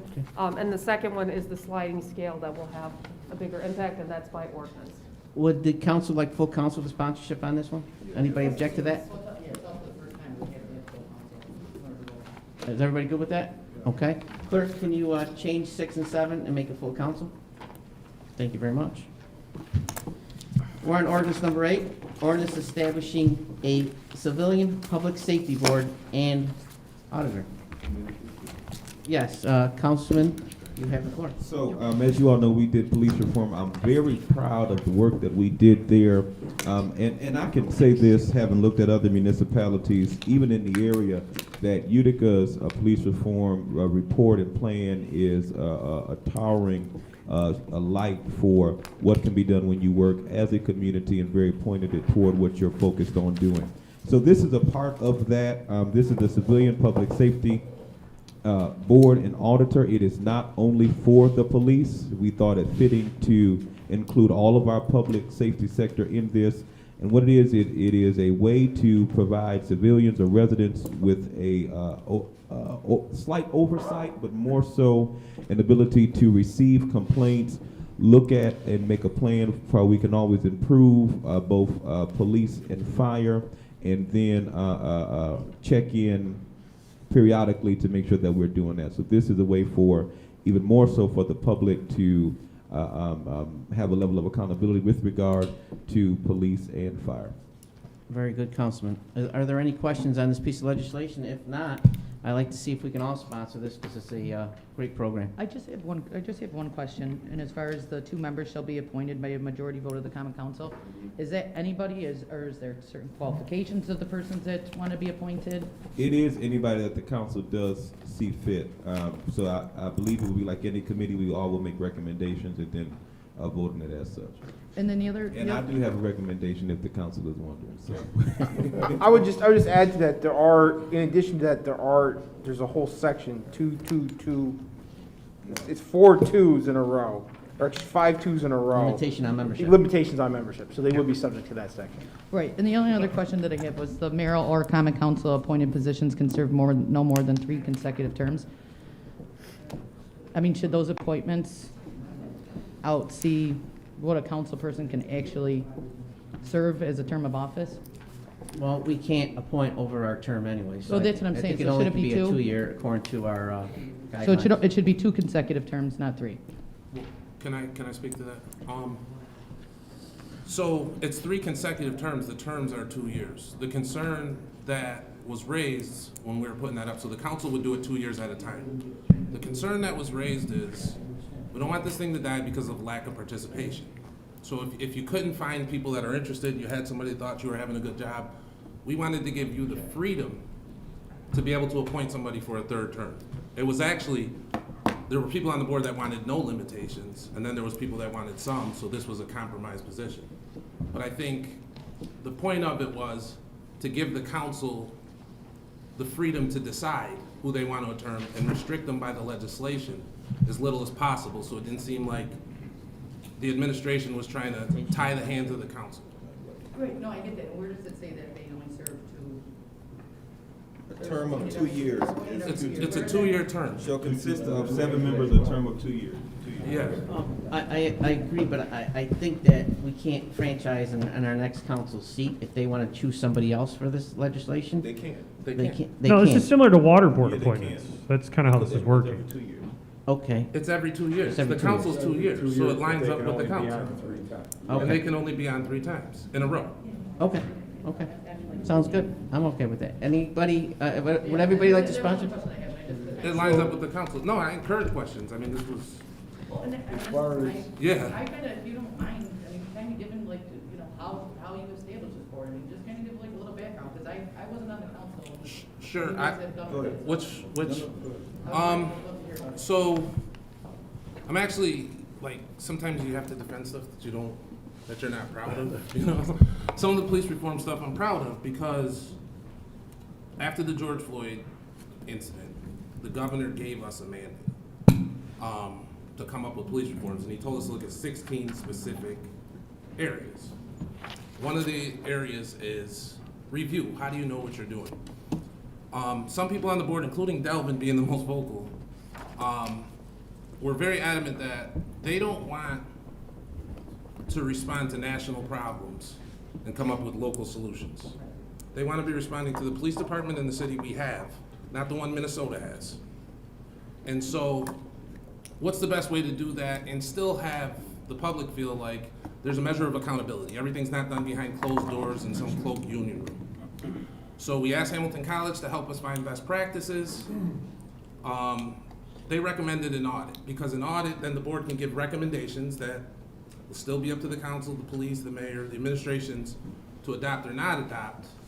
But they can audit very specific things. Are you tasing too many people? Are you following procedures? Are police reforms working? So we can see very specifically what the problems of our public safety departments were. And the reason that I'm proud of it is because it's different than other communities. Some communities didn't pass this, some there was an upheaval, some chiefs resigned.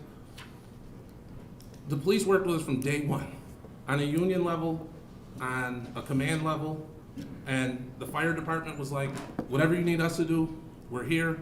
And the citizens came to the table, the common council was there. So it was really a representative process, and this was the compromise. It wasn't, if I could write it from scratch, this is what Marcus Phillips thinks would be great, or what Delvin Moody thinks would be great.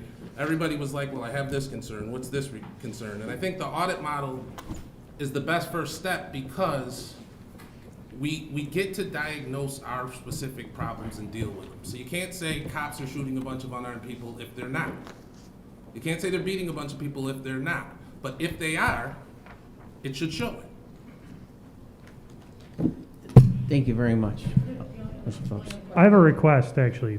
Can I, is it okay? No, you can go ahead. All right, just real quick. We had a really good document and a report, and we have that on file, correct, clerk? When that was filed, the report? I got it in my office. Yeah, we should make sure that Councilperson Aiello and Colosimo Testa both received that report, because neither of them were on the council when we did all that. Sure. And I think it would be good for them to have a copy and be able to read through it, because there was a lot of content in that. Yeah, All there right, was thank you. 14 recommendations. Yeah. There was a lot of content. What are your other questions about the board? So, you know, there's one, I'm a big fan of boards. Right. Task source. Yeah. Okay, so, just saying, all right? We're gonna approve this one, let's be Yeah. conscious of the other task force that we have to be approved too. So, as far as the auditor goes, who is it, obviously? Where does the money come from for that? So that's why we did this, and Heather could speak to this, ahead of the budget process, right? We're gonna budget, I think the number was $15,000 for the auditor. For the board. It's not financial. It's. No, I get it. I know. So the police recommended, so they get audited by DCJS. And there's a bunch of independent auditors that work for DCJS sometimes that they think may contract with us. So we said you have to have some experience with the Department of Criminal Justice Services. And the thought is that the board would put out an RFP and take bids from those qualified auditors.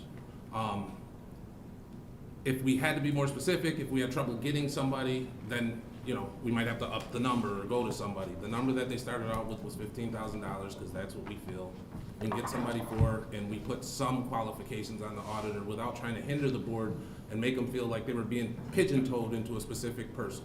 It's up to the board. Now, another question is, as far, does the city go out and, like, go on behalf of the board and get the auditor, or is that the auditors? Is that gonna be the commission's responsibility? Because it's city money, we will assist them, but we will have we'll just. Financial RFP on behalf of the board. The board will write its own bylaws, but I would assume in the board's bylaws would be, we have to approve of the auditor that gets assigned. And it'd be a 1099 independent contractor. It's not gonna be a city employee. No, I totally understand that, yeah. But that was a big question when it came up, so that's a relevant question. Because people are like, oh, you're just gonna get in, you know, one of your administrative shills to go in there and look, and it's not gonna be thorough. No, I think it should be. And we're trying to avoid that. I mean, you want somebody independent, because, and again, like, I can't say, it sounds like I was just humbled by the police's willingness to come to the table because they want to know if there's an issue. And people think that's just rhetoric, but if you talk to them and you sat in the room, they're like, if you can find something, that's gonna help us with our operations.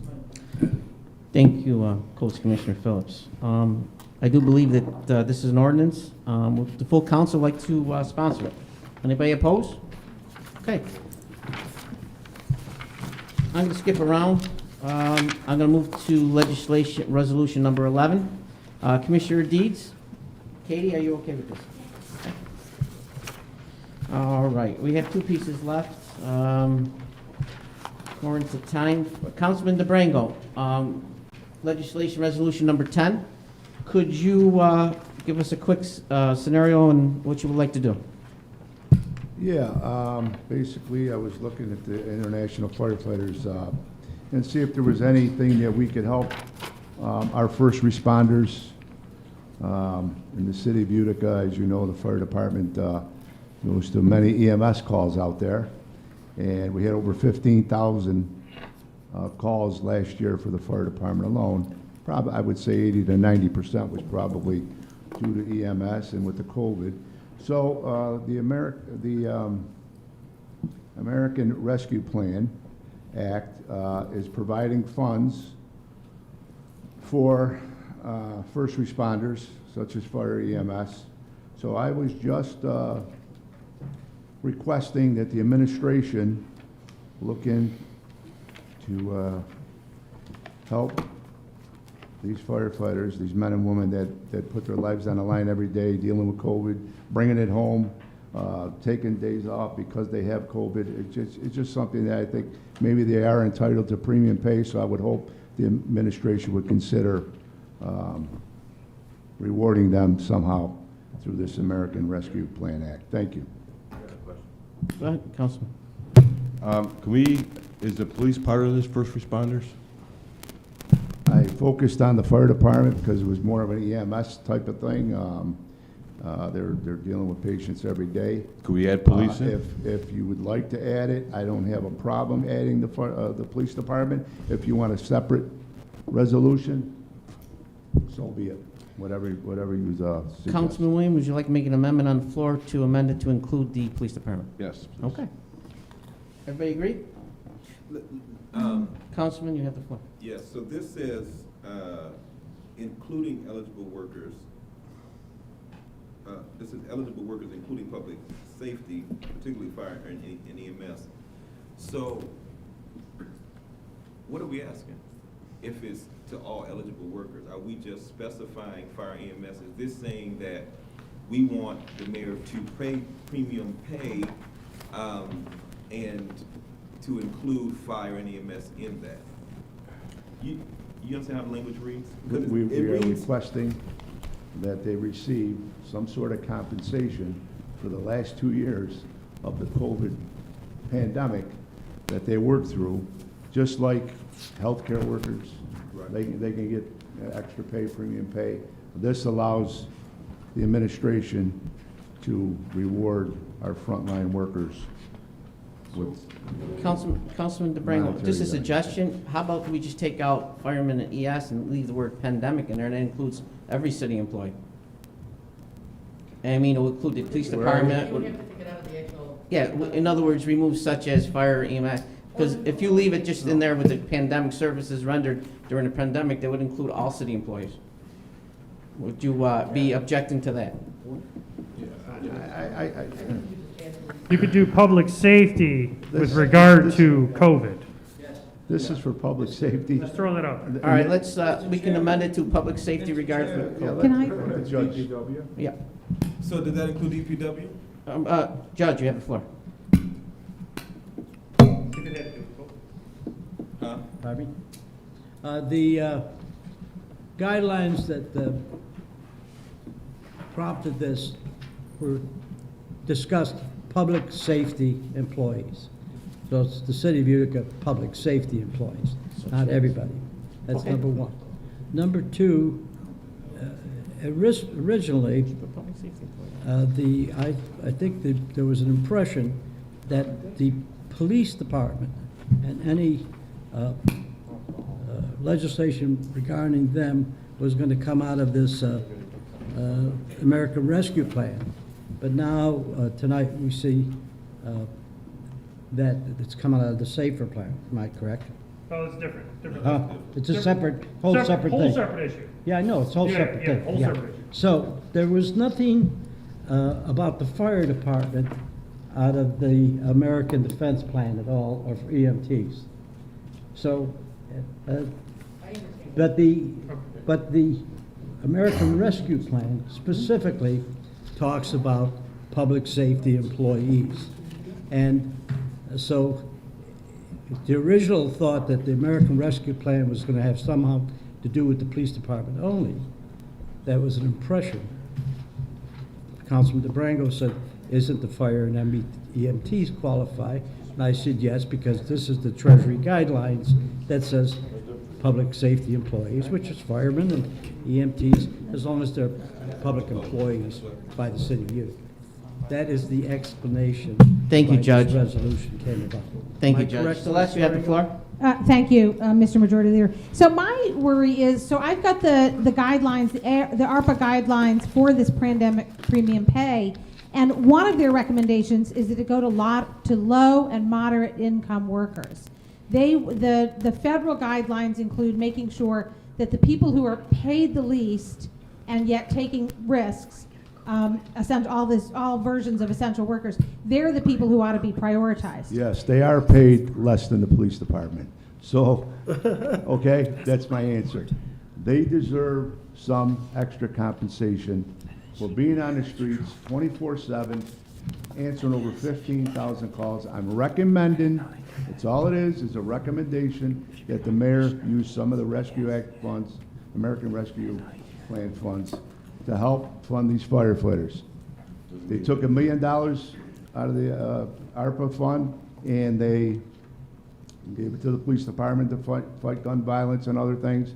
And now they want to hire 5 more people using ARP money. So I would like to somehow have the firefighters be recognized with some of these funds. We have $27 million left, I believe. I'm sure it's not going to break the bank. That's all. Thank you, Councilman DeBrango. Councilman Beatrice, you have the floor? Yes, I just was, Councilman DeBrango basically answered my question. I have no problem including the police in that. However, this funding, the mayor has decided they were using that funding to hire 5 police officers where the firemen got nothing.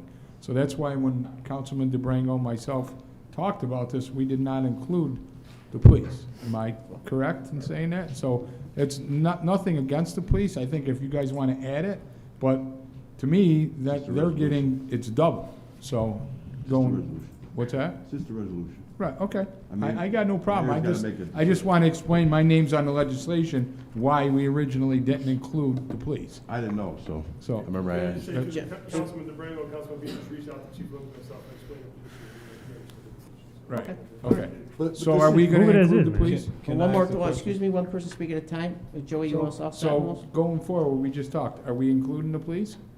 Or are we keeping it the way it was? I want to make an amendment on the floor. Okay, Okay, fine. very good. Councilman, Frank, can I just for a second? Yes. This could open a can of worms, because it already came up in my office actually today, because there's certain people at City Hall that had to be here for City Hall to operate, and, you know, it says eligible workers. It says here, eligible workers, including public safety, fire, and my EMS. question. So you're gonna have some grievances filed, I think, by some people. Can I request the floor for just one No, second? I do have a question. I mean, is it germane to that? I'm not the chair. Go ahead. I just think. it's Mr. open. President, can you hold off 1 second? Thank It's- you. It's Councilman, go ahead, sir. And what I have, it is germane what he was saying. Good. So, I yield. one, this is a resolution, well crafted, well put, and for a very specific purpose. The EMS and the vast majority of the patrol officers, what they were dealing with over the last 18 months was something very particular. And I am going to say it's much different than what was going on where, you know, some of the full-time employees and even the council people, we had to be in this building to keep City Hall running, right? I'm not going to sit here and allow that to be compared to what the EMS and the EMS firefighters were dealing with and the patrol officers were dealing with. It was day in, day out. If you go, yeah, hazmat, if you go and pull the call records, insurmountable amount of calls, like unreal. And they just had to go and deal with it and just go home to their families and just be like, whatever, this is what we got to do every day. So I really think the resolution's well crafted, and even though I'm not voting on it, I really think we should move it with Williamson's amendment and put it to a rest. Thank you, I think Mr. it's a good President. statement. You Thank have the floor, Councilman Moody. Do we have to the budget chair, how much this is gonna, like, what's the figure? I know it says to not exceed 25,000 per eligible worker. Do we have an amount of what that would look like? And could we consider to put a cap, like we said, there was $1 million for police? Would we consider to say $1 million for not to exceed $1 million, not to exceed 1.5 or whatever? Yeah, that's up to $25,000 Per per worker. person. That's a judgment for the administration to decide. Maybe they could talk with the chief, maybe they could talk with the firefighters and we come up with an agreement, but this is something that I just wanted to push along, let them be recognized. If you could use some funding, if we have some extra funding over there, why not compensate the people that save lives every day? I know I had deals with the fire department. I actually took an ambulance ride myself when I busted 4 ribs. So it's just something where I think it's well deserved. And as far as the UPD too, they're dealing with a lot of cases. They're there at sometimes when overdoses and they're using Narcan and you don't know what these if they do have COVID or not. So they're face to face just like everybody else. But I know entering these homes, knowing that there's a person in there that has difficulty breathing and it could be a COVID patient, they're going in. And when they get done with their shift, they got to bring that home, and that's a tough pill to swallow. But that's their job. That's what they signed up for. But I just wanted to see if they can get some sort of compensation. Thank you, Councilman. That's why I drew this resolution up. Thank you. You all set, Councilman Moody? All right, let's get to our next piece of legislation, colleagues. It's the last piece. I'm trying to get done before our 7 o'clock meeting as quick as possible. This is the one amending the police department complement, adding 5 positions, funded completely by a grant. It is an ordinance. Is there any council people who are not in support of this legislation? I wouldn't be in support of it. I don't believe that the sunset clause should be in there, so I wouldn't be able to support that unless that amendment was made. All right, and then we'll that section refer was this- taken out. Fine, we'll refer this to the committee then. All right. Oh, we can't just take out the sunset clause and just move it? Well, the problem is the sunset clause gives the future council an option to retain these positions, because when I was there, guys, and so was Samantha, and back in 2012, we had to reduce both complement, both police and fire, because the prior council, when this was done, they were adding positions 6, 8, 10 through grants, which was fine, but there was never a sunset clause in those prior legislations that allow the council to justify yes or no if they want to continue that funding for those positions. So if there's no funding allocated for these additional after the grant runs out, it's up to the future council to make a decision, yes or no. Can I just finish my statement, because I kind of had the floor still? Mark asked a question. You want to go? Yeah, I just want to say, so basically what this does, what the sunset clause does, in my understanding, so they want to put it up to, the original complement now is 163, right? The sunset clause basically puts that number back to 163 through attrition. So Correct. technically, you're not adding any positions to this. I mean, and that's my biggest problem with the sunset clause. You wouldn't be adding it. It's basically just there just to say, hey, we give you 5 guys, but we're going to take them right back. The sunset clause doesn't make sense to me. I understand it. That's why I spoke last night, as far as that goes. If we're gonna add people, and we need people, we need police and fire, that's why I suggested last night that we went with a plan where you put 2 or 3 on for the next 3 or 4 years, and we could see where we are. At the end of the day here, we're gonna put 5 police officers on, we're gonna keep them on for an additional amount of years, and then when other people retire, we're not gonna fill their jobs. What did we do? And then by that time, the hospital's gonna be booming.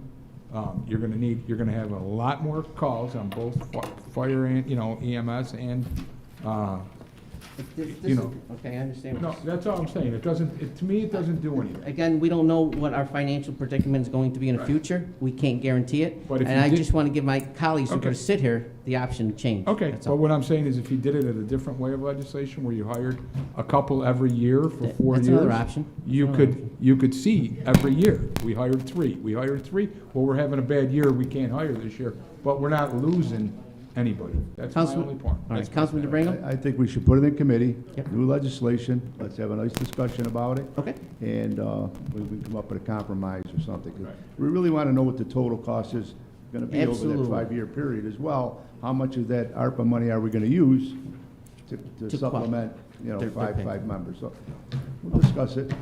I'm sure we can come up with an We're going agreement. to refer this to committee, clerk. Okay.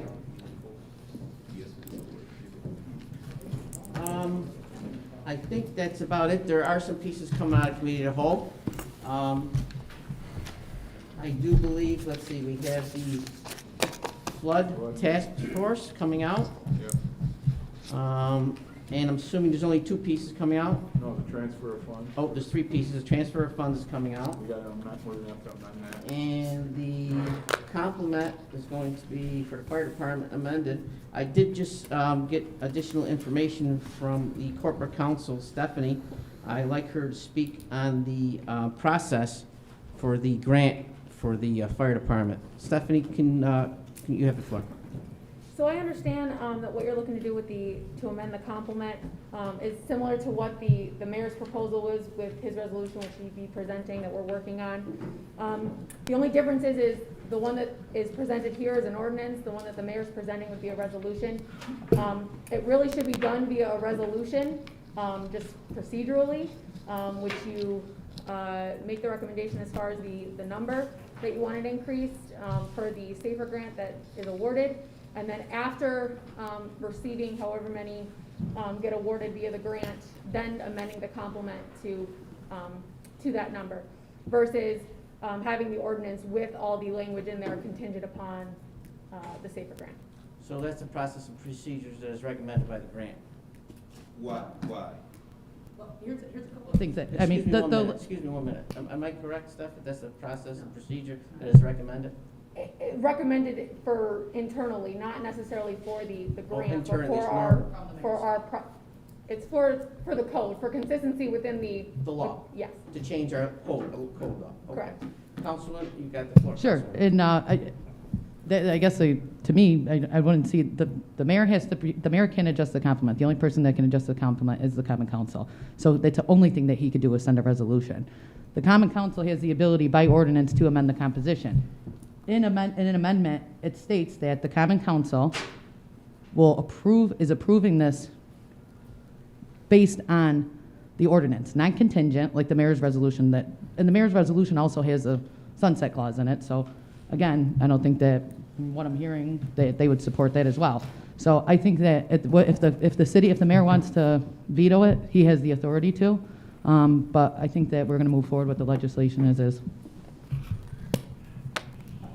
Are there any more discussions on this legislation? Why did you say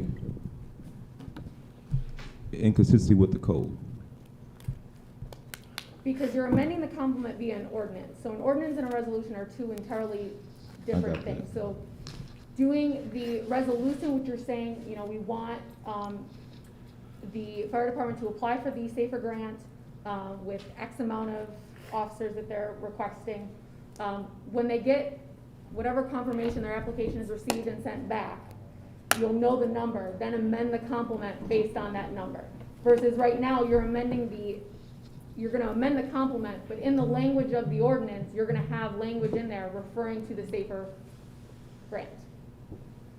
And just so it's clear, the second one would be by ordinance. Correct. 'Cause it's the rule. So of it's proper, it would be proper to remain, excuse me, Judge, it would be proper in a recommendation from the corporate council to remain the ordinance into committee until the resolution is completed and the process is complete, where we know a number that we can get from the SAFER grant and then move the ordinance from there. Is that correct? So beyond the number though, you said that it's not in proper form, the ordinance, right? Why is the form Because you're not proper? including the language being contingent So you're saying that you're saying the ordinance in this form The ordinance, if you amend it, to make it. would make the entire complement contingent upon such? Correct. We have to wait. Resolution first. Because it would be in place in the code going forward. Okay, the judge, Regardless of this particular safer grant. So you're saying if we amend it as such right now, Okay. all of the complement would be Let me contingent do my thing. in the code forever, I, unless we change it back. I really want to step in on this because I'm going to chair this on the floor anyways. hold on and one this- minute. this Judge, is- one minute, Well, Mr. that's- President. Judge, you have the floor. That's Then you actually can my go, Judge. jurisdiction. That's why I was Mr. going to explain President. it, but whatever. Mr. Chairman, Yes, Judge, you have the floor. the ordinance that I'm reading here says the common council is changing the complement and composition of the fire department to 136 members. That is the ordinance. You have, if you pass it, you've changed the complement to 136, but you haven't put any restrictions, any whereas, like the one that was done back in 2011, it was based on something. In other words, once you pass this, the complement of the Utica Fire Department is 136 people, period. No restrictions, no boundaries. That is not what was done in 2011. Now, I'm not telling you how you want to do that. I just know that by law, you have increased the fire department's complement with no restrictions or whatsoever. Thank you, Your Honor. Now, it's up to you to decide whether you want to leave it like that. And that's all I have to say about it. If you wish to make a provision that is somewhat similar to the one that was done in 2011, but there is no resolution before you about the safer grant regarding this particular resolution. Thank you, Your Honor. Mr. President, you have the floor. Okay, Thank you. that's all. Now, in the committee meeting, it was discussed, and in today's committee meeting, it was also discussed that an amendment was going to be made similar. There's plenty of resolutions that we pass all the time that say effective immediately, effective on this date, et cetera, et cetera, et cetera.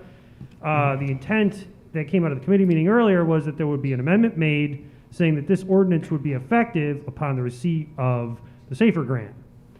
We pass ordinances like that all the time.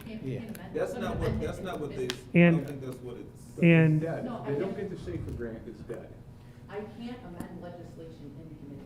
No, no, I get that. on the floor. So obviously in committee, it sits as the way the judge read it. But in committee, you guys stated that you would amend it to state that, and this amendment would have to be given on the floor, so everyone understands, that the ordinance would be effective upon the receipt of the safer grant. Now, I have to reiterate this again. It is the council's, and this is not in disagreement with you, Mr. Giorgio, Corporation Counsel. It is the council's purview to control the complement of police and fire.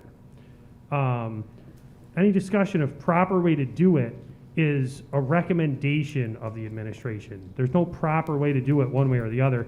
When we had to cut police, fire, and DPW, there was no proper way to do that either. I wasn't on. Oh, you have no idea. Well, I'm saying I wasn't there, but my point is that was what had to be done, and the council had to do it. No different than if the council decides now to go the other way, that is the council's decision. And if you do offer that amendment, you may do that on the floor. If it passes, it passes, but it will ultimately still, as you said, go to the mayor's office. And if there's any issue with it, it can be vetoed with a veto message saying, if you'd like to pass this, like this, Corporation Council recommends this. That's the process. I'm not commenting on what's proper, but that is the process. All right, thank you. Thank you, Mr. President. I'd like to close the pre-caucus meeting. Mr. President, you want a 5-minute if going into your meeting? I apologize. We'll do 10 after. Is there anything else in committee? I think that's it. We're going to leave everything else? Yes. Thank you.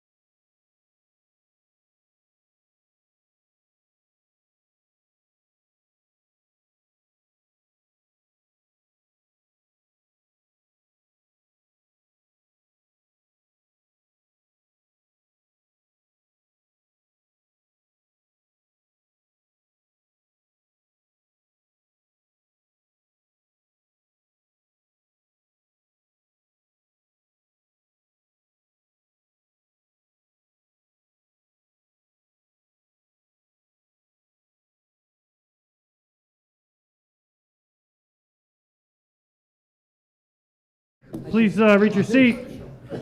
Please. I'm calling the meeting to order with them in the back room.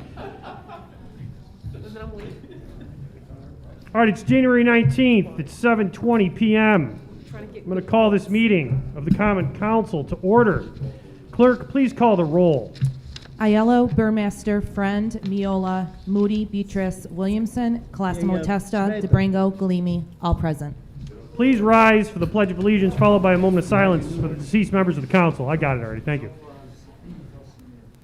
I pledge allegiance To the flag of the United States of America and to the republic for which it stands, one nation, under God, indivisible, with liberty and justice for all.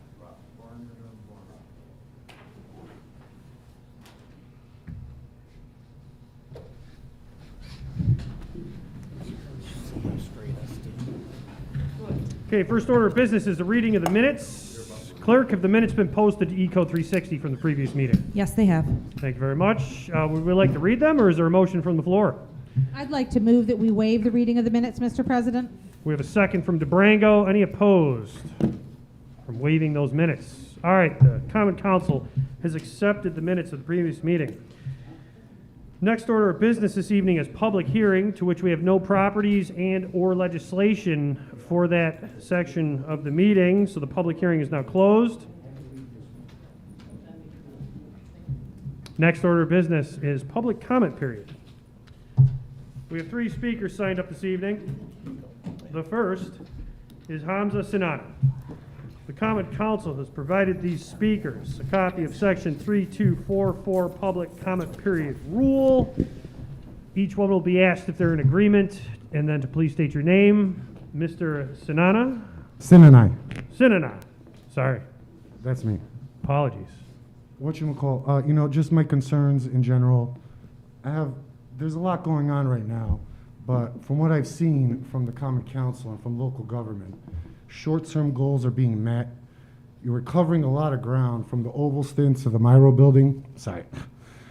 Whatchamacall, I see a lot of things getting done, and I see a lot of things moving in the right direction, from government reform to fixing roads to, I see things going the right way.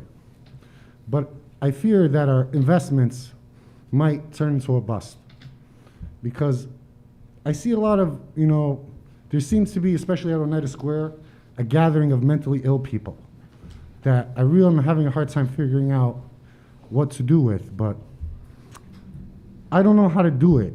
But I'm looking toward you guys to champion a cause, to find some way within government to reach out to the state, to get your hands on that property on the west side, the psychiatric center, and find a way to reopen the thing. Because, we're covering all these bases, but I feel like we might lose at the end because something feels off, and it's always been a mysterious property. It's always been very interesting to me, and I really think since it's closing, the detrimental effects it's had on our city, not just our city, but the whole United States, has been very, very bad. And if we could find a way to get our hands around it, or figure it out, or get to the state somehow, I know other cities are having the same problem.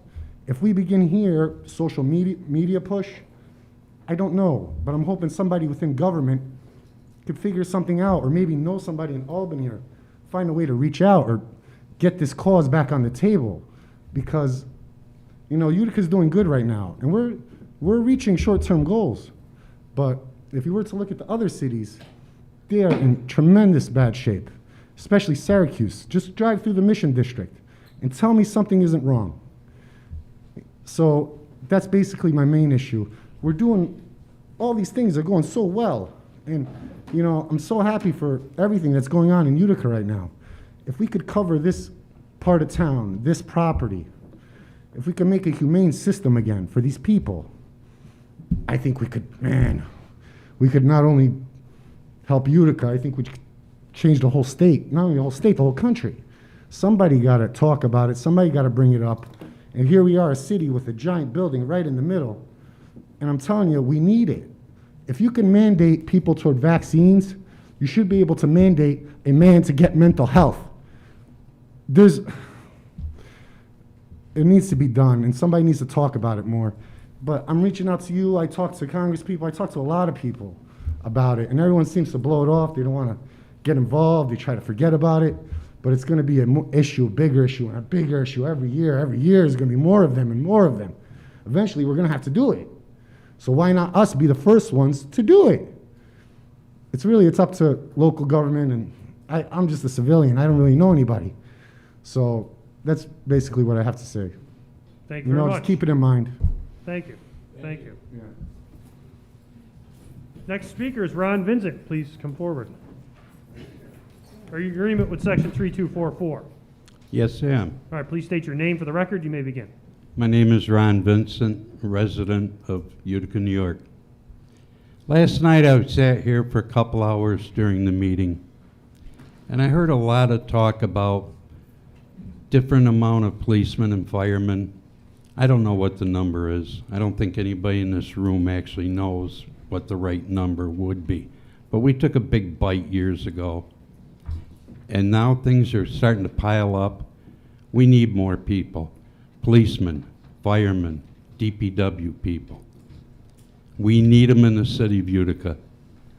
And I heard a lot about grant writing and how our fire department doesn't have a grant writer. Well, we got a corporation council. I don't know how many people it amounts to. I hear it's 10. If you were ever going to write a sentence and you wanted it to become 300 pages, who would you go to but a lawyer? If our corporation council can't write grants for us to get us the things we need from the state, like the city of New York and Chicago and Los Angeles does on a daily basis, then maybe we ought to cut back on the corporation council and hire a council of grant writers. It's where we need our money. The taxpayers can't pay for everything. We need it from our state and our federal government, just like the big cities do. I heard last night Syracuse got something like 13 new people through a grant. Come on, Utica.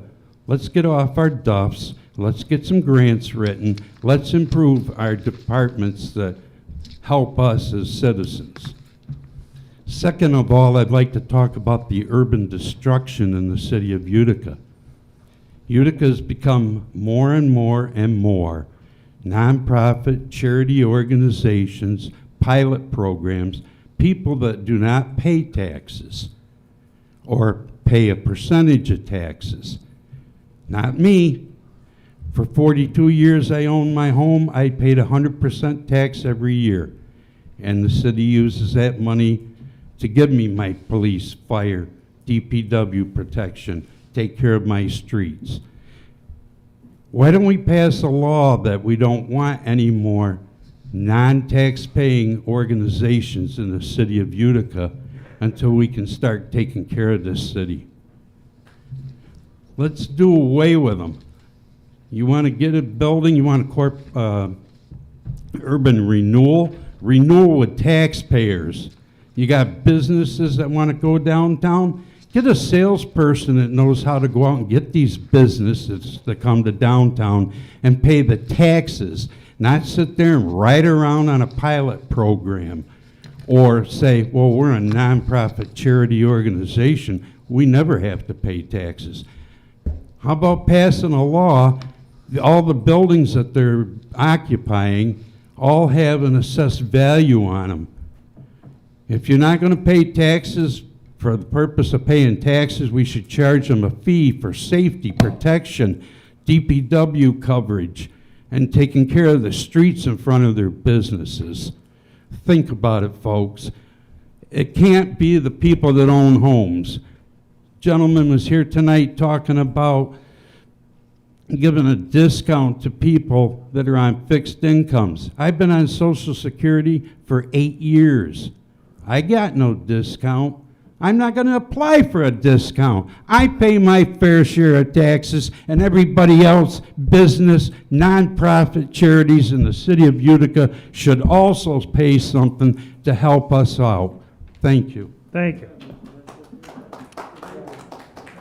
Next speaker this evening, and last to speak, Butch Waskowitz, if you could please come forward. Thank you.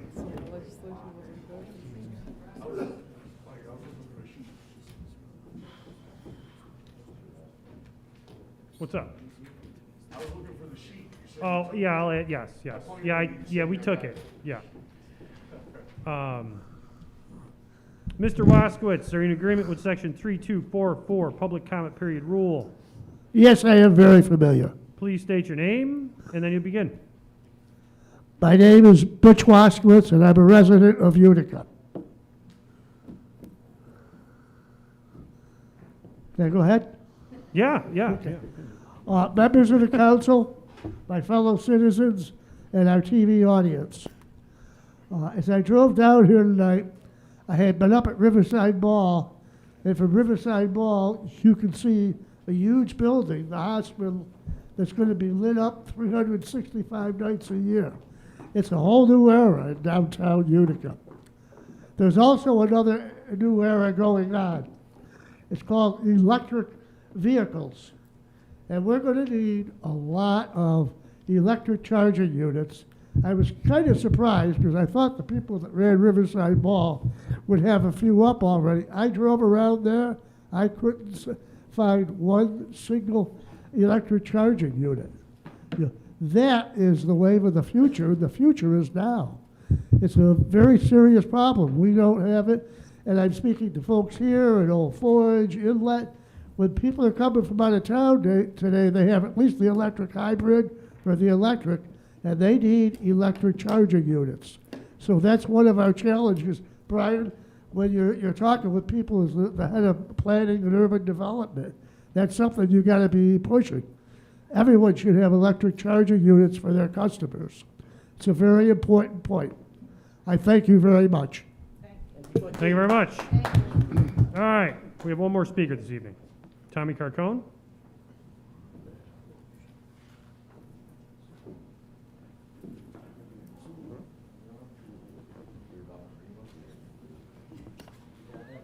Mr. Carcone, are you in agreement with section 3244 public comment period rule?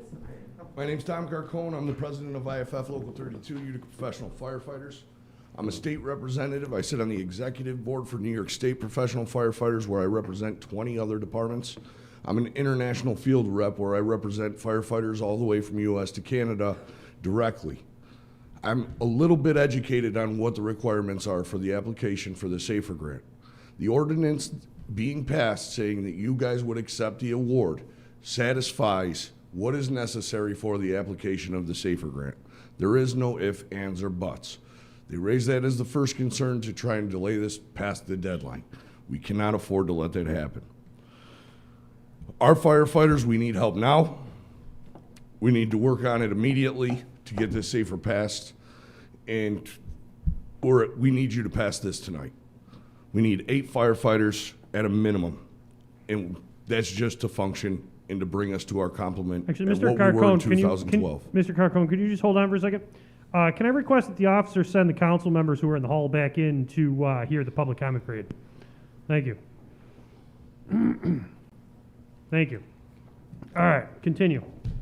I appreciate everyone's concern for our contract. I appreciate Councilman DeBrango's recognition for the differential between essential workers and the only city employees providing a medical service during a medical pandemic and the differences that exist between the two. I appreciate Councilman Williamson's concern for our contract, and Councilman Beatrice's concern for the impact it'll have on the budget. I appreciate all you council do for the city of Utica on an everyday, daily basis, just like we serve the city in our capacity. I don't ask for much.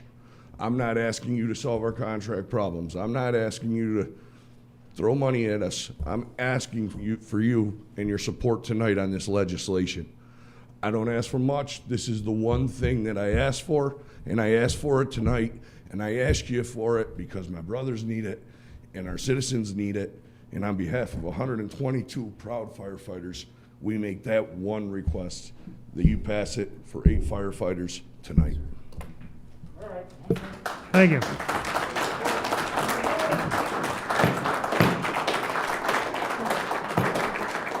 All right, thank you. Thank you very much.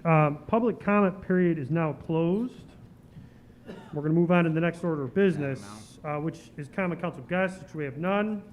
Communications from the mayor. I do have a message from the mayor to the council. I'm going to request that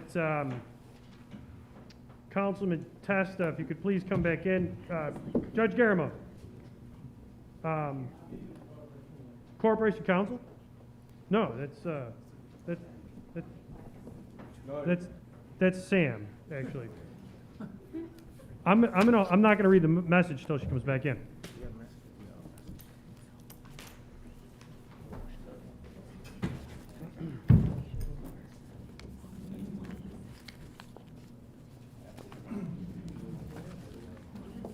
Okay, Councilman Testa, please come back into the chambers. If you'd like a sidebar with Judge Garamone, please request it on the floor. Thank you. All right, thank you, Judge Garamone. And I appreciate your attention to the council, but that had nothing to do with you.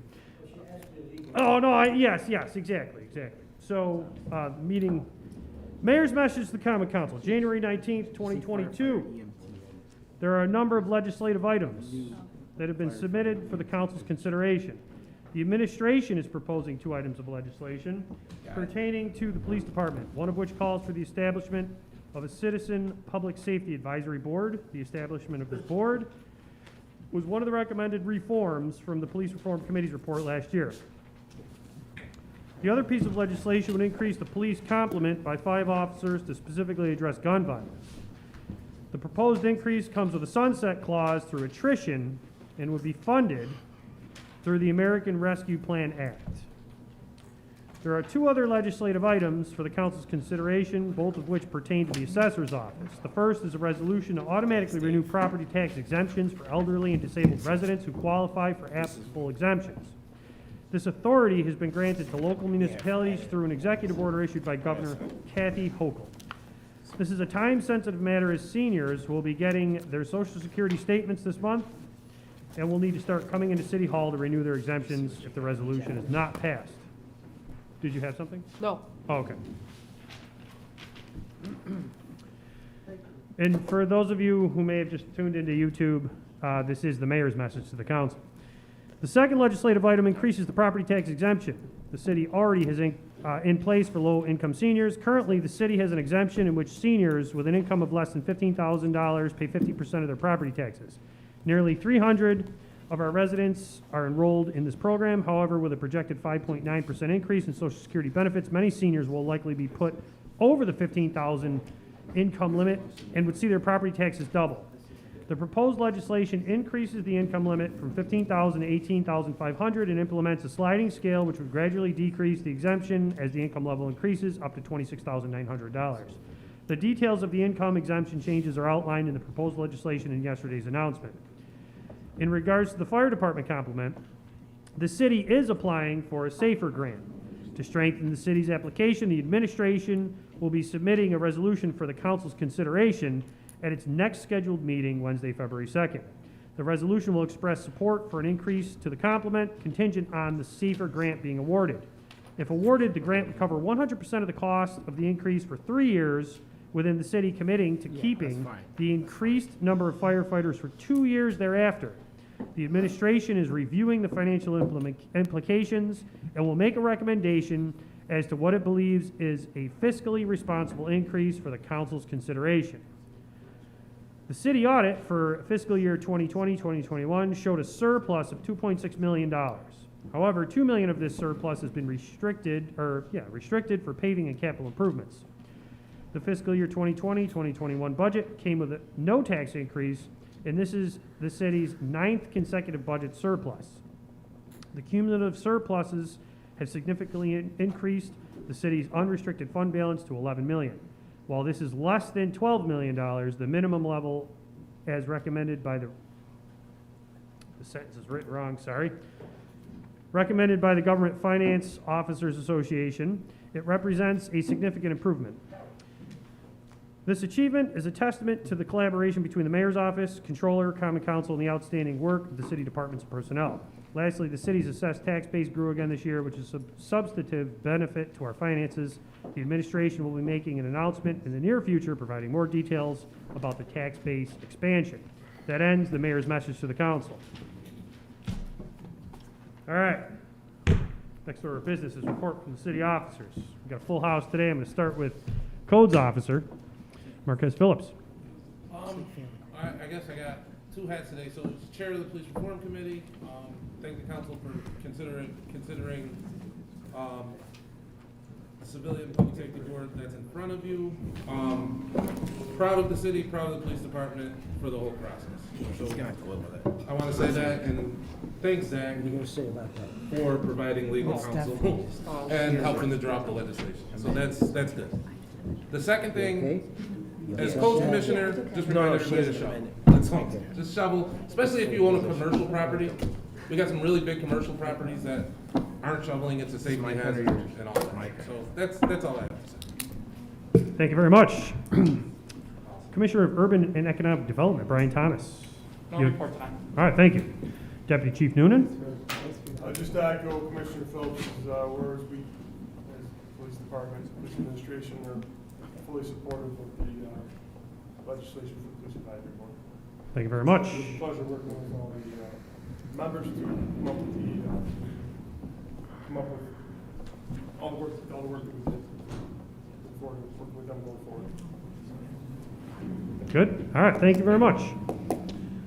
Chief Ingersoll. I'd just like to say, I'd like to first off recognize the firefighters off duty that showed up today to take interest in this council meeting. They are truly the face of the response side of the pandemic that we've been in since March of 2020. Cumulatively, since this COVID pandemic started, we've responded to probably over 28,000 calls. They've really borne a lot of the weight of the pandemic. They were coming to work day in and day out. Sometimes without the best protective equipment early on in this pandemic. We probably had 70% of our personnel test COVID positive at some time. As a reminder, we are still in the middle of this pandemic. We are still dealing with it every day. It's a day-to-day thing. And it's a highly contagious virus still. That being said, we are working diligently with a grant writer that has a very successful process. We're getting information to them over the next several days. We will have some further information. We're working with the Firefighters Union and to come up with a sustainable number. And we look forward to continue this project and get this project passed and push through. Thank you. Thank you very much. Corporation Counsel, Oren and DeGiorgio. Does he have anything this evening? I have nothing to report. I have nothing to report. All right. Assessor's Office. Nothing to report. All right, thank you very much. Hit a lot of people here. All right, that concludes reports from the city officers. Do we have a cash report this evening? Yes, the City of Utica cash report for December 2021 totals $43.7 million received and filed. All right. We're going to move on to petitions, remonstrances, and appeals. This is our second meeting with the new rules in order of business, so I'll just remind the council that this is petitions, remonstrances, and appeals, and after that, we'll move through the legislation that was discussed in pre-meeting conference, and then any legislation that the Committee of the Whole recommends to the floor. First District, Councilperson Aiello, you have the floor. Thank you, Mr. President. Just wanted to add to everybody keep their sidewalks cleared. I saw a lot of the business owners in downtown doing just that this week, and keep 3 feet around the fire hydrants if you can, and thank you. Thank you very much. Second District, Councilman Burmaster, you have the floor. Thank you, Mr. President. I have nothing at this time. Thank you. Third District, Councilperson and E&A Board Member, Celeste Friend. Thank you, Mr. President. I also want to talk about sidewalks. I got a lot of complaints from people throughout South Utica over the condition of sidewalks. Often it's private property owners, but it's also commercial. That whole stretch from Price Chopper up to the Parkway, people are walking in the street. I brought this to the attention of the administration. I brought this to the attention of Commissioner Phillips. And today he sent 6 of his codes officers out who sort of combed through South Utica and gave out a lot of tags. So we've begun the process of reminding people that they have to keep their sidewalks clear. I think it's really important for us to start thinking about a new model of thinking about sidewalks. We think about sidewalks as an extension of your private property, and it's like a part of your porch and something that you should take care of. But we leave it to us individually. We think of it as an extension of our homes and of our private property. I actually think that that's really the wrong way to think about sidewalks. I think we should think about sidewalks as mass transit. I think we should think about walking as a form of public transportation, especially given sustainability issues that Butch brought up.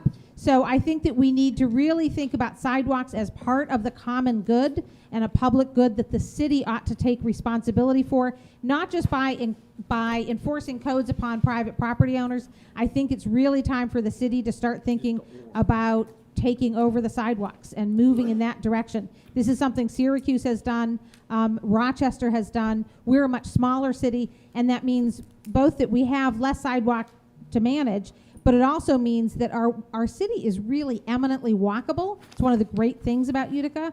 But for it to be walkable year-round means that we have to think of the sidewalks as an important part of infrastructure. So I would really like to start thinking about that.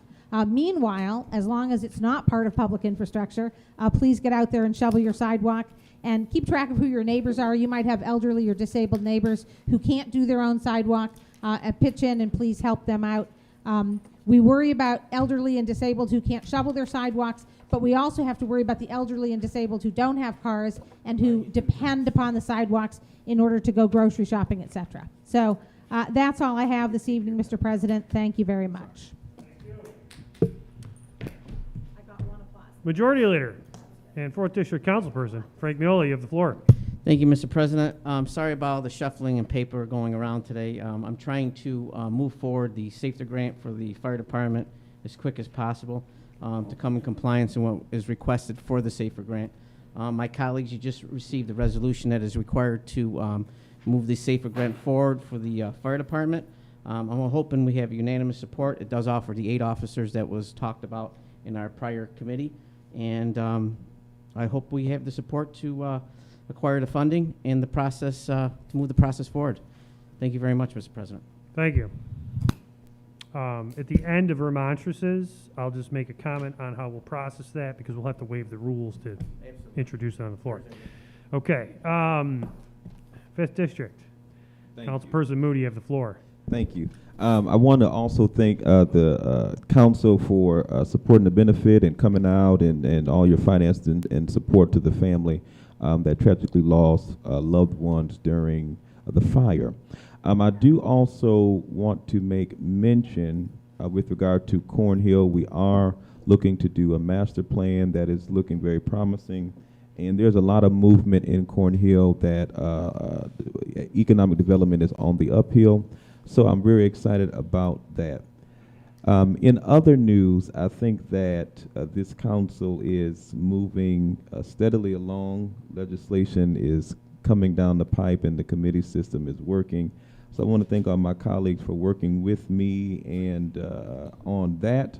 And that's all, Mr. President. Thank you very much. 6th District. Councilman Beatrice, you have the floor. Thank you, Mr. President. Well, all I got to say is we've been here for 2 nights, and the one thing that we may not agree on how we are going to do things, but I'm pretty proud to say that I believe all of my council, all my colleagues, we all are in agreement that we need to hire some police and fire. And so one way or another, we're going to take care of this and get this done. And I'm going to be reaching out to you guys, because we need to help our DPW also. So I just, like I want to say, it's good that we work together. Been here a little bit long. It's kind of redundant, but I think our hearts are all in the right spot. So thanks a lot. That's all I have tonight. Thank you. Council at Large and Minority Leader Mark Williamson, you have the floor. Thank you, Mr. President. I have nothing. Thank you. Councilperson Samantha Colosimo Testa, you have the floor. I'll yield my time for legislation. All right, thank you very much. Oh, Council at Large, sorry. Councilperson Testa. Council at Large, Frank DeBrango, you have the floor. Thank you, Mr. Oh, President. and President Pro Temp. Yes, thank you. I know there was a great discussion on the council as a whole. And I think last night, I think it worked to perfection. I can't thank the department heads that came, the fire department, police department. They answered all our questions. Everybody was involved, all the council members. Whoever had a question was free to ask that question, and they got their answers that were needed. And it is becoming, it's going to, hopefully we get to set dates and we can take care of this. But I think it's going to work. Hopefully we can keep it that way.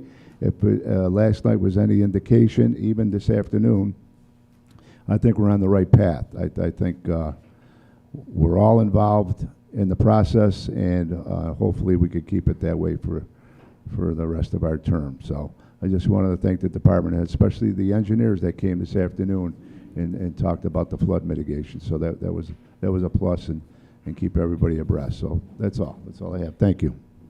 Thank you very much. Yes, Special Counsel Garamone would like the floor for a moment. I have just received a resolution that authorized the application for the SAVER grant, and I've read it. And the two things I want to know. First of all, it's this first time we're seeing this tonight, and although I just technically would ask if it's introduced, you make a motion to waive the Thursday rule, not because it's necessarily necessary, but when you're passing a piece of legislation so major as this, if there are any objections to the procedural aspects, I don't want them to come up. And something so trite as that. That's number one. So, and also, as I understand it, there might be amendments to something that's coming out of committee. We'll follow the procedures on that, because that thing that ordinance regarding the firefighters is already in committee. If they're going to do anything with it, you have to bring it out. It needs 5 votes, and you need 5 votes if you're going to amend it, and then, of course, you need not 5 votes to pass it. So we'll follow all of the procedure. And the other thing I wanted to mention is that this resolution that I see that's marked as number 12, that was just handed me by Councilman Miolo, in view of the fact the 2 corporation councils are here, in fact, the chief of the office really is here, is that resolution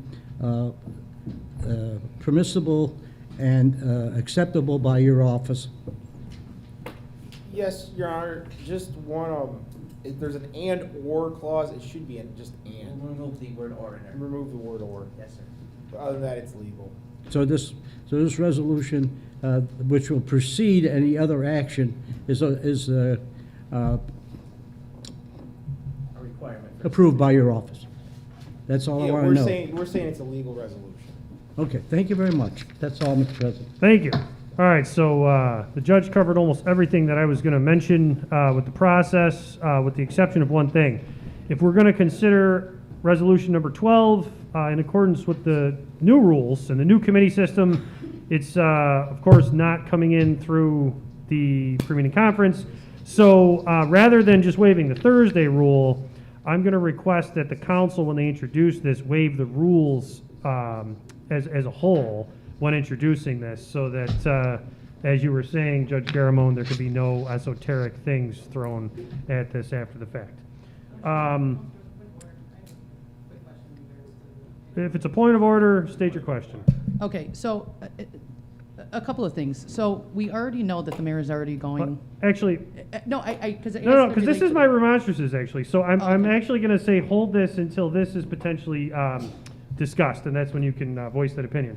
All right, the next thing I wanted to mention is something that came up during one of the public comment, speakers.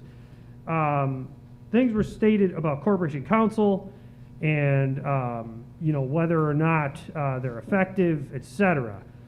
So I just wanted to state that myself and many other people in this room, of course, do a lot of work with corporation counsel, and I just want to make 2 points. One, they are in absolute demand, and we don't have enough time from corporation counsel. The second thing is many of the people that come on are doing not only this for the experience, but because they do like working for the city, they like the work. It is not actually the pay, while there, there's other benefits, et cetera. But this is truly something that I do not take for granted, nor does the city. So I just wanted to put it out there that Corporation Council is working really hard for us every day, and thank you. So that ends my remonstrances. We're going to move on with the meeting. Legislation. Clerk, can you please start with proposed ordinance 1 that was discussed in the pre-meeting conference? This is sponsored by Councilmember Burmaster. It's intersections where to stop required. Be it ordained that Section 2-16-358 Schedule C, intersections where stop required, be amended to include the following: O'Brien Avenue and York Street intersection, northeast corner, to control westbound traffic. Be it further ordained, the proper signage be erected where necessary. Who's moving that? We've got Miola moving it and Moody second. If there's no discussion, take your votes. 9 yeas adopted. Thank you very much. Clerk, please read proposed resolution number 2. Sponsored by Councilmember Aiello. It's a marriage officer, 2022-2023. Be it resolved that pursuant to Chapter 49 of the laws of New York, the Common Council does hereby appoint the following persons as marriage officers for the period of January 19th, 2022 to December 31st, 2023. Needham Mujic, 1004 Dudley Ave, Apartment 1, Utica. Be it further resolved that this resolution shall take effect immediately. Aiello is moving this one. Second is Miola. Your votes. 9 yeas adopted. Clerk, please read proposed ordinance number 3. Sorry. Read the sponsor. That's the motion. Read the sponsor. Thank you. All right. Sponsored by Councilmember Miola. Intersections where stop required. Ordained that Section 2-16-358 Schedule C, intersections where stop required be amended to include the following: East Park Road and South Park Drive, northeast corner of East Park Drive. Do we have a second? Aiello, clear the board, please. Aiello is the second on that. Your votes. 9 yeas adopted. Okay. Ordinance number 4, please read. Thank you. Sponsored by Councilmember Miola. Intersections where stop required. Ordained that Section 2-16-358 Schedule C, intersections where stop required. Parkview Drive and East Park Road, northeast corner of Parkview Drive. Be it further ordained, the proper signage be erected where necessary. Second? Second from Burmaster. Your votes. 9 yeas adopted. Proposed ordinance number 5. Councilmember Miola is the sponsor. Intersections where stop required. Ordained that Section 2-16-358 Schedule C, intersections where stop required. Lynn Road and Pond Lane, southwest corner of Lynn Road. Second from Williamson. Your votes. All right, let's pick a sponsor on this one. We do need a motion. Williamson. Councilman Williamson. I think you might have turned your mic on. There we go. 9 yeas adopted. Thank you. All right, please read proposed resolution number 6. This is sponsored by the full council. This is full council, so we'll need a motion to move this. We have a motion from Miola. Please read. All right. Sponsored by council members Miola and Williamson. Full council. Oh, full council, I'm sorry. Resolution waiving the application filing requirements for the granting of real property tax exemptions for the disabled, Section 459-C of the H Section 467 in 2022. Whereas the Governor, Kathy Hochul, issued Executive Order 11-1 on December 26, 2021. Whereas the Executive Order 11-1 permits the governing body of assessing unit to waive certain exemption mailing and filing requirements for the 2022 assessment roll. Now therefore be it resolved that the City Council of the City of Utica, pursuant to the authority granted by Executive Order 11.1, hereby directs the City Assessor to grant exemptions pursuant to Sections 459-C and 467 of the Real Property Tax Law on the 2022 assessment roll to all property owners who received that exemption. Be it further resolved that the City Council directs the Assessor to require a property owner to file such a renewal application in instances where the assessor has reason to believe that the owner who qualified for the exemption on the 2021 assessment roll may have since changed their primary residence, added another owner to the deed, transferred the property to a new owner, or died. All right, second is Miola.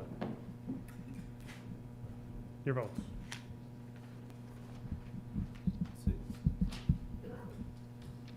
Nine yeas, adopted. Proposed ordinance number 7. You want me to read this one? Let me see what I highlighted. That way I can summarize it as well. Again, clerk, this is sponsored. Yes, this is full council sponsored. So is there a motion from the group to move this one? We got Friend, Miola. Okay. Ordinance amending section 2-25-2, whereas the city of Utica, by virtue of the authority granted by this to the city pursuant to section 467 of the real property tax law of the state of New York, may grant tax exemptions. Now therefore be it ordained that in accordance with the applicable provisions of section 467 of real property tax law, as amended by New York State Legislature, this council hereby authorizes and adopts the following exemptions from real property scale for senior citizens in the city of Utica based on a graduated income eligibility levels between $18,500 and $26,900.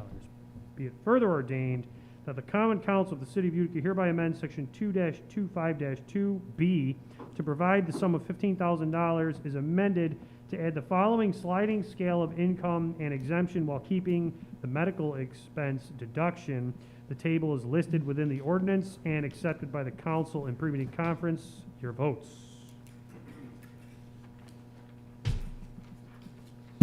Nine yeas, adopted. Mr. President, I recommend we summarize the next piece of legislation. Yeah, we've got them summarized. We've got them chopped up. And it's been sponsored by full council, sir. All right, the, what's that?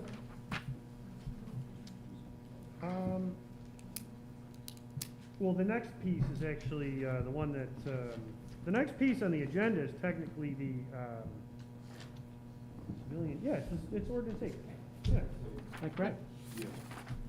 Clerk, please read ordinance 8 as summarized. Yes, just read the highlighted portions. Thank you.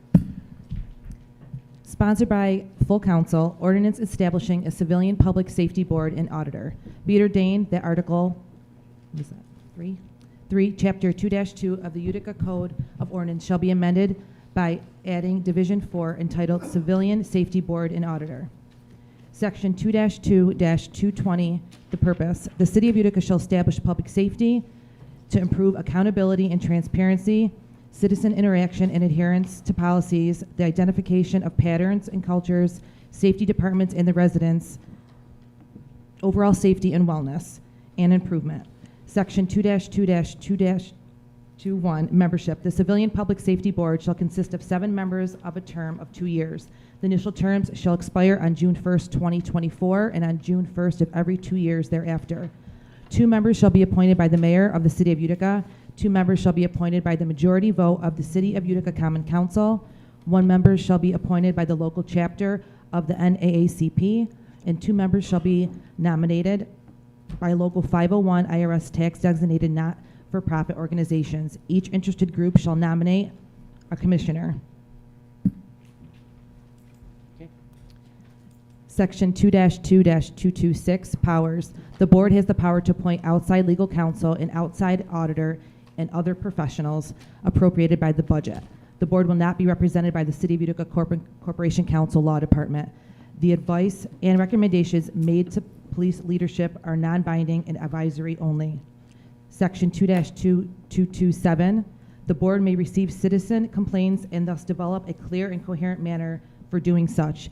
It shall forward these complaints to the police chief or the fire chief as appropriate and ensure the findings of investigations into those complaints are shared with the board in a reasonable manner.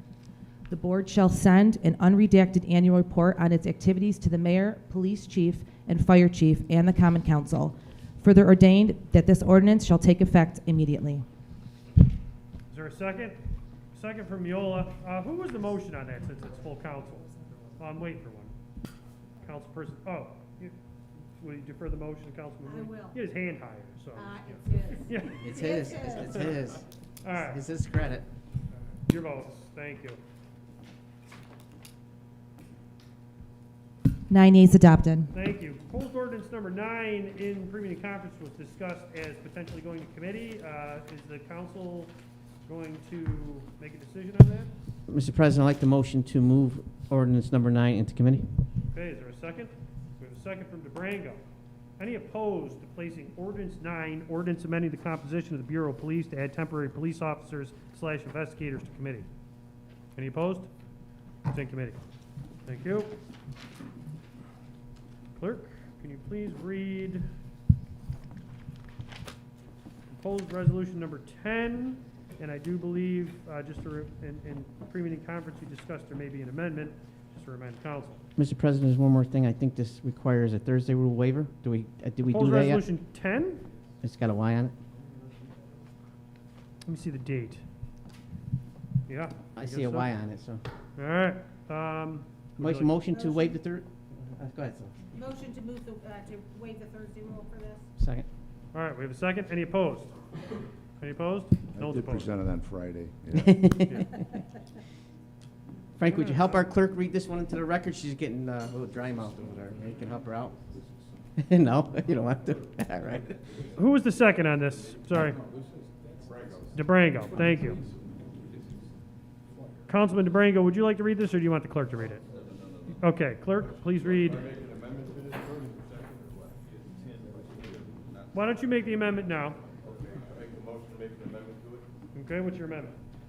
To add, police with the fire, EMS / police department. Okay, such as fire, EMS personnel, and police? Correct. Second the amendment, Mr. President. All right, we have a second from Yola. Any opposed to the amendment? All right, clerk, please read as amended. Councilman Galimi? Or Council President Galimi? Hang on just one second. The deputy clerk's asking me a question.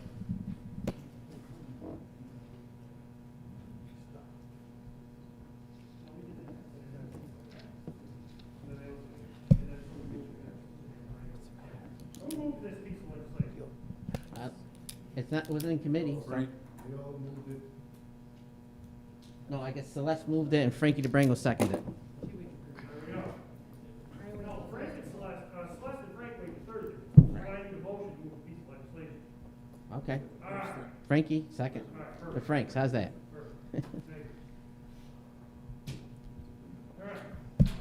Clerk has requested that I read this. A resolution encouraging the mayor of the city of Utica to apply for funds provided under the American Rescue Plan of 2021 to allocate premium pay to fire EMS personnel who engaged in performing essential work during the COVID-19 pandemic. Whereas on March 6, 2021, the federal government enacted the American Rescue Plan of 2021, and whereas said plan provided the funds to be used by governments facing fiscal shortfalls for services rendered during the pandemic, such as fire, EMS, and police personnel. And whereas the Treasury Department has issued guidelines with regard to applying for and utilizing funds provided in said act as set forth in paragraph 3, entitled Premium Pay. And whereas paragraph 3 of the Treasury guidelines provides as follows: fiscal recovery funds may be used to provide premium pay to eligible workers, including public safety, fire, EMS, and police. Let's actually put that there as well. Workers during the COVID-19 public health emergency. Premium pay is defined as an amount up to $13 an hour in additional to wages or remuneration. I feel like that's, oh yeah. The worker otherwise receives and in an aggregate amount not to exceed $25,000 per eligible worker. Therefore, be it resolved that the Common Council of the City of Utica encourages the mayor to submit an application pursuant to the ARPA to identify any public safety needs and possible assistance regarding available federal funds to city, to fire EMS personnel who qualify and would lessen the financial burden upon the city for these services. Just so this is proper, Councilman Williamson, may I request that you, can you make a motion to amend, rather than amending this, I'd like you to make a motion to reconsider your previous motion and replace it with striking fire EMS and replacing with fire EMS and police. That way, everywhere it reads that, it'll be proper. Can you make that motion, please? I make a motion what you just said. Okay, so he's making the motion to reconsider. That's it, Robert. Hang on. It will amend the Yes, exactly. Correct. Thank you. I Thank you, second Judge. We're on the Councilman- same page. I'll Seconds, Miola. Any opposed to that reconsideration and strike and replace? No? All right, your votes on this, please. Thank you. Mr. President and Judge Garamone, you can attest to this. I actually have to ask for the council to approve a recusal for this legislation. Council Garamond. We should have did that before we voted. Can we clear the? No, I know, I didn't She need didn't to vote vote. yet. I was, that actually, my vote was up there prior to that. Okay. That's Can you right. clear the board, please? Sam asked to be recused from this vote. Is there any issue with that? We have to vote. I don't have it all. The recusal is something that is a personal thing, All right, we're but it has good. to be approved by the body. Yeah, so there's a motion to she would like to recuse herself from the vote. Is there a second? We have a second from Moody. Any opposed? Okay. Your votes.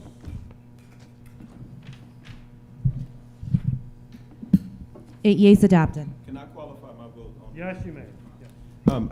I'm glad to support this, and I just want to also make it clear that the council is in no way trying to single out just these set of essential workers. There are so many people that put their life on the line during this pandemic, and I just wanted to be clear that we're not trying to disregard the work of healthcare or those people who are in City Hall, but this money is particularly for the public safety sector. That's why it is articulated as such.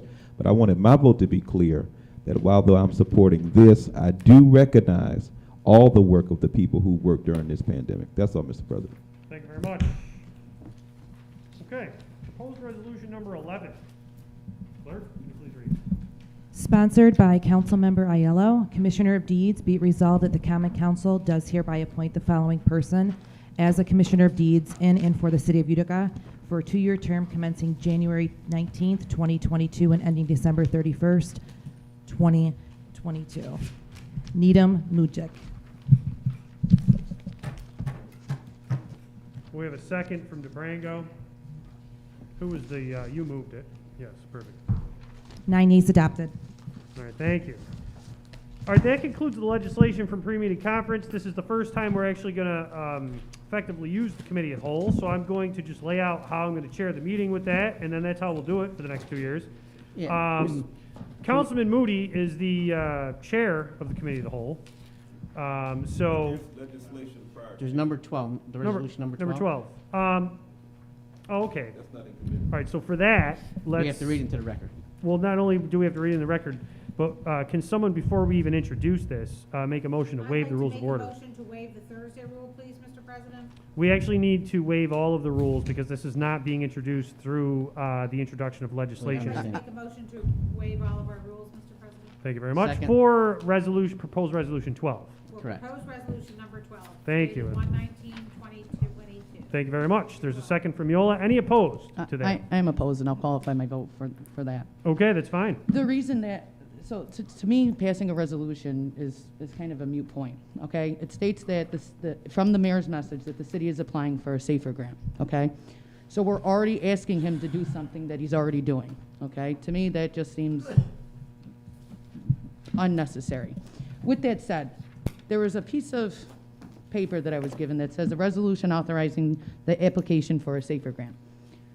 A lot of the times, these grant applications could have come from the fire department, okay? Doesn't necessarily mean that all applications for SAFER grants come from the city.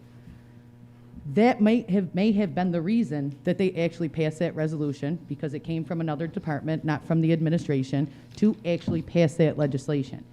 Now, for me to pass a resolution already asking the mayor to go ahead and go and apply for a SAFER grant when he literally just sent in a memo to us that he's already applying for the SAFER grant seems to be the legislation means nothing to me in that regards.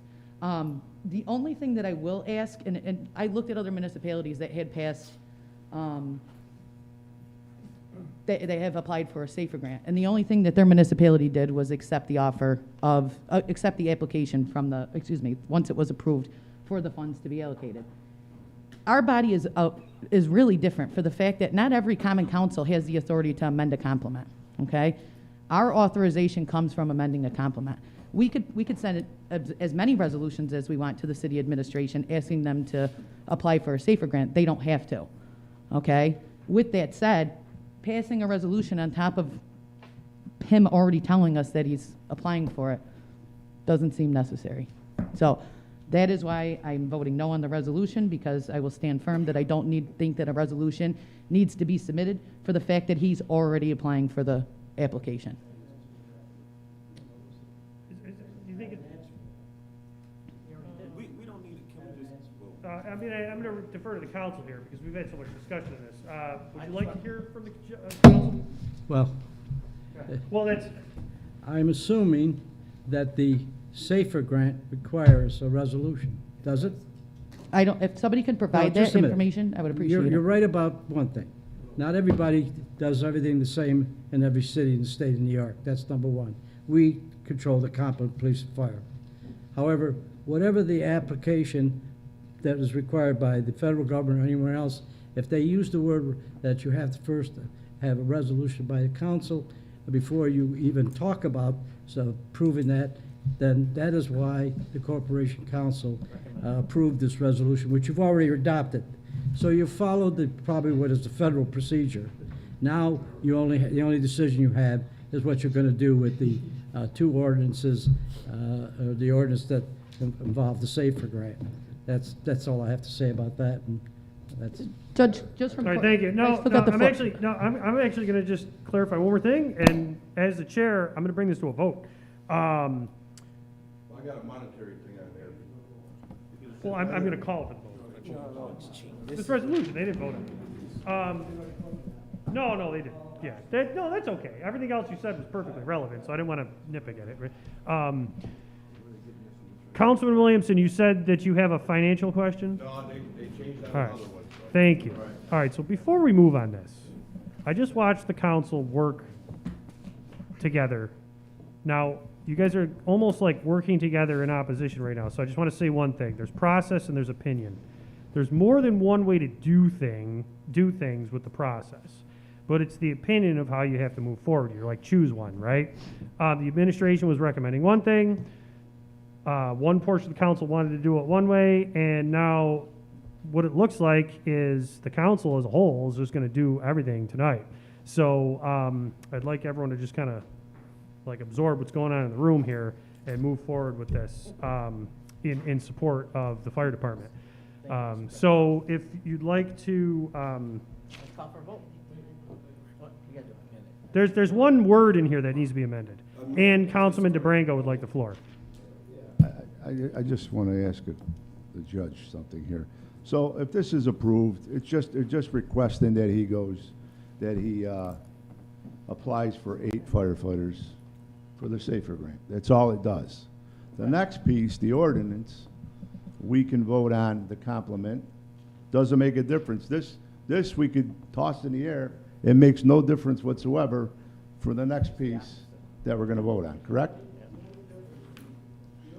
Difference for you as a body is that when you change the complement, that you are convinced that the money that will cover the increase is there in some form. And you should. You're gonna pay you for should- 3 You would not. 3 years, approve- 100 Excuse me, I'm full- answering your question. You would not approve something beyond what's being applied for, and that's it. If the resolution says that that you're saying that he can apply for the creation of 8 positions, because that's what he requested, am I correct, from the Corporation Counsel's office? That's the form he wanted to be, 8 positions? No, that was based on representations of the council. The resolution by the mayor was gonna be sent down for the next council meeting. So if they wanna wait for the mayor's resolution. That you're not when I asked you earlier, if the form of this resolution is the form of the resolution you want this council to adopt prior to them doing anything with the complement, you said yes. Let me Now, rephrase the question. Regardless of the number that's in this, is this the right The form? form is legal. Okay, that's the question. We're That's not the question. opining as to All the right, number. great, perfect. All right. All right. Yeah, all right, we're good. We have a motion for an amendment. We actually have a motion for an Yes, amendment. I know, I'm trying to get to. Okay. All right, Strike or. Aiello is moving to strike or. Is there a second? Second. Okay, Miola's a second. Any opposed to striking or from this resolution? Where's that? What did they put in there? Striking what? Any opposed to I mean, the, it doesn't make a difference. Any opposed to the amendment? It doesn't at all. No one's opposed to the amendment. All right, as amended, your votes on proposed resolution number 12. The only thing that I'm going to request from Corporation Council is that they do show me where in the grant application for the process of this, that it does require a resolution. That's the one thing I will ask. If Just you could provide after the that. meeting. It does not have to Yeah, be right now. it does not have to be right Thank now, you. just Thank after. you. Thank Thank you. you. All right, someone does need to read this into the record. Either myself or the clerk. Would you like to do that? All right, thank you. Resolution authorizing application for SAFER grant. Whereas the City of Utica will be submitting the application for grant funding to the federal government for a SAFER grant for the purpose of hiring 8 firefighters. Now therefore be it resolved that the mayor is authorized and directed to file an application for monies to fund the creation of 8 new positions of firefighters and firefighters/EMT in the City of Utica Department of Public Safety, Bureau of Fire, and upon approval of said request, the mayor is authorized to execute a grant agreement with the appropriate federal agency and all other documents necessary to implement the intent of this resolution. Your votes. 9 yeas adopted. Okay. Mr. President, I'd like to make a motion in a second to pull legislation. Actually, just hold on just a moment, because I'm going to process this a little bit different just so that the floor is organized. We have a committee of the whole. All the legislation sits at the committee of the whole for the rest of this meeting. Councilman Moody, as the chair of the committee of the whole, can you please report which pieces are going to be pulled from committee, and then the sponsors and or people driving that legislation will make a motion to pull. All right. Thank you. Yeah, the committee of the whole has multiple pieces of legislation. We met on the 18th and the 19th. On the 18th, we met to discuss proposed ordinance 9 and 10, as well as the proposed resolution 24. On the 19th, we discussed resolution 7 and 13, as well as, again, proposed ordinance 10. The vote will be for proposed resolution 7, right, the task force. Proposed ordinance 10, proposed ordinance 13, and I will be moving now proposed resolution 24. So I want to move to the floor proposed resolution 24.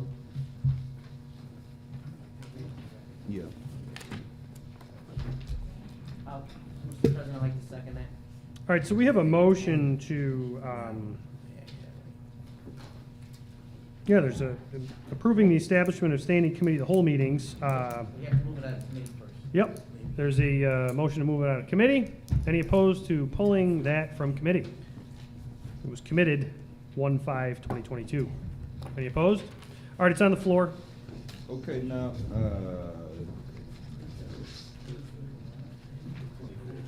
Well, that's out of committee, so let's read that, summarize it, and discuss it, and bring it to a vote if necessary, or whatever. basically, if you have it, if you could put it in the blanks, I can't seem to locate it. I don't know if you have a copy. I could read it, Mr. President. Yes, if you can, for the second It should and be in third my one. packet here, hold on a It second. is, I just got 1,000,001 pieces of paper in front of me. We did, second and third. Just hold on just 1 second, please. I'm asking the council to just pause for a second. Do we have the actual hard copies for you to record votes on? For proposed resolution 24? Okay, all right. All right, so, there are some blanks in there. We need motions to fill them in? Yes. All right. Please proceed. Thank you. Okay, be it resolved that the Common Council of the City of Utica, New York, does hereby approve the establishment of bi-monthly standing meetings of the Committee of the Whole to be held on the second and third Wednesday of every month at 4:30 in Common Council chambers. I second that motion, Mr. President.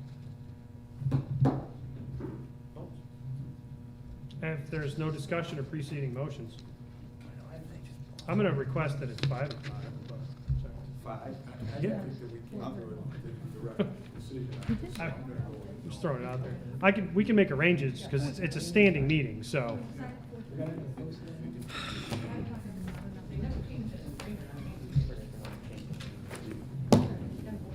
Hold on. It's up to the majority. It's the majority pulled it. All right, your votes. 4:30. That's what it is. Your votes. Your votes. That's what they said. Second and third Wednesdays of the month at 4:30 p.m. He pulled it from committee and read it as amended, and there's a second as amended. Just for clarification, I wasn't asked about. All right, that's fine. I mean, you can qualify your vote. You can vote no. You can do whatever you want. Okay. All right, it's 6 yeas adopted. 6 yeas adopted. All right, I will refer the floor to Councilperson Colosimo Testa to propose legislation. Oh, wait. Let me do that first. Councilman Beatrice for ordinance 13. Second that. No. So here's what we're doing here. The committee chair is reporting to what the committee discussed and or apparently wants to just pull out. And then the person who sponsors it's going to pull it. So make a motion to pull that legislation. Okay, I make a motion to pull proposed ordinance number 13. All right, President, thank I you. second the motion to remove it from committee. All right, we have a second from Miola. Any opposed to pulling that from committee? All right, that's a transfer of funds, reserve fund, flood mitigation. Clerk, can you please read the contents, and we'll bring that to a vote. Transfer of funds 2021 to 2022 fiscal year regarding flood mitigation reserve fund. Whereas local law number 2 of 2007 requires, among other things, that each transfer and appropriation from one account exceeding $15,000 within a budgetary year shall be set forth specifically in an ordinance. Whereas the Board of Estimate and Apportionment did approve the particular transfer herein more particularly described on January 10th, 2022. Now therefore be it ordained that the City Comptroller is hereby authorized and directed to make the following transfer of funds from A3-90900 fund balance unrestricted $250,000 to A3-89930 restricted fund balance flood mitigation. Explanation for transfer is to transfer from unrestricted to restricted for purposes noted. Second. We pulled it out. We didn't need a second. It was already out of committee. Once you pull it out of committee, it's on the floor for a vote. Did you make a motion to amend that? Did we make a motion to amend? She read into the record, Mr. President, the same way we just did the other. Yeah, but it pulled out of committee, so that It's, if you want to, I'll make a please motion make to a amend. motion As to bring read. it to a vote as read. All right. Thank you. So it's proper on the floor. Is there a second? We have a second from Durbango. Call for your All vote. right. Thank you very much. Your votes. 9 yeas adopted. Thank you, Mr. President. Okay, the next piece is proposed resolution 7, flood mitigation task force. I yield the floor to Councilwoman Colosimo Testa. Sure, I've got nothing to say. Everybody was here at the committee meeting. In regards to this legislation, it's creating a flood mitigation task force for the city of Utica. I just want to thank Mike Mahoney and Stephanie Wers and Dave Glenn for coming to the meeting and giving an explanation on that.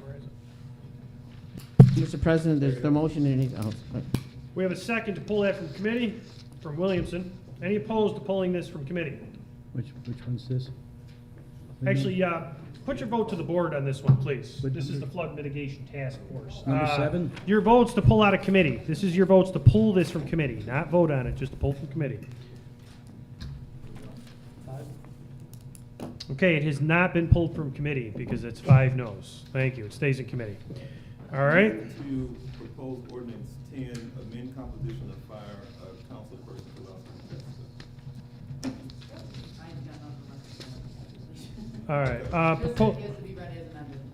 Make a motion to read as amended. All right, so is there a motion to pull from committee, councilperson? All right, thank you very much. Is there a second? We have a second from Councilman Williamson. Okay, the motion is to read as amended. We pull a committee. When's it amended? Well, so here's what we're going to do. I know that's what was Okay. said on the floor, but I've got 2 in my packet. Can somebody just make sure that I'm looking at the right one? well, there's ordinance 9, and we're talking about ordinance 10. Yep. Yep. I'm looking at 2 number 10s in my packet. And the amendment part was supposed to read about the SAFER grant. Please read that into the record. Yep. I'll have the amendment. Has 10 been passed out?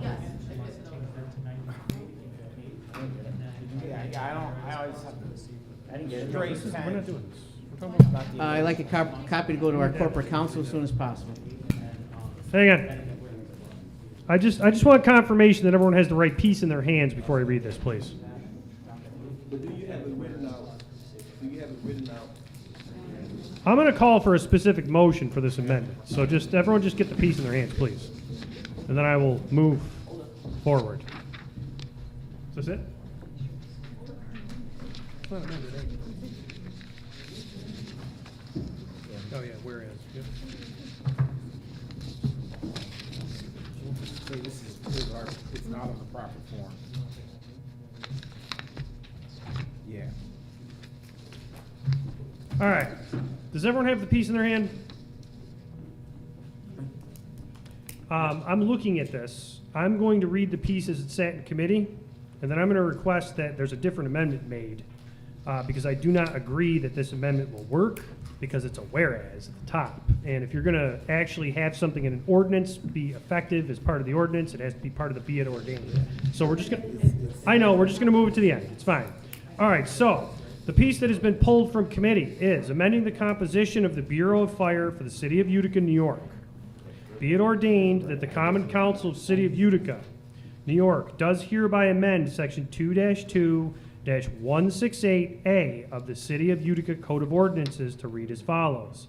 Section 2-2-168. I'm going to read this in its entirety because this is the complement of the fire department. Section 2-2-168, Fire Department composition. A, the sworn personnel strength and composition of the Bureau of Fire of the Department of Public Safety shall consist of the following members and ranks. Rank followed by number authorized. Fire Chief, 1. Assistant Fire Chief, 1. Chief Fire Marshal, 1. Assistant Maintenance Superintendent, 1. Deputy Fire Chiefs, 4. Fire Captains, 8. Fire Marshal, 1. Fire Lieutenants, 22. Firefighters and firefighters/EMT, 93. The total is 136. Where's the 93 one? Here, right here. Oh. Yeah, so Hang on. Yeah, that's adding wrong. Whereas for the safety. Should be grant 130. to make Well, it that's kind of- hers. I mean, Yeah, this- yeah, yeah. that's her, man. That's what they're But this All right. is in committee. Right. Now- But they're reading it as amended. I'm going to call for an amendment Or he's calling for it. to say that, thank you very much, Can we amend if it's not out of committee? it is on the committee. Excuse me, Mr. President, what number did you get as a I called total? any opposed. No, all right, so, Mr. President, which no, one- no, hold. What number was the total on the one you pulled from committee? The total? Yeah, 97? It's 132. What? It's 132. It's 124 I plus. thought 136 was in committee. No, it's adding 8, so it's 132. Hold on a second. All right, we're trying to do something that was contentious earlier. We're trying to do something that's complicated. This piece is 132, which is the current complement plus 8. That's All right. correct. The All right. 136 is incorrect. Yeah, Absolutely. 136 is incorrect, so it's 132. All right, now, if you would like to Be it consider further this, ordained. we need to pull it from committee. Okay?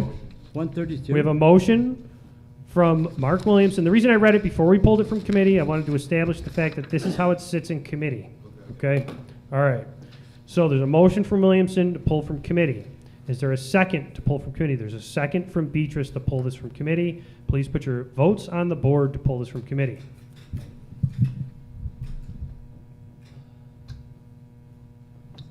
Okay, it's 8 yeas. It's on the floor. Okay. Now that it's on the floor, you can do anything you want with this. You can vote on it. You can amend it. You can put it back in committee.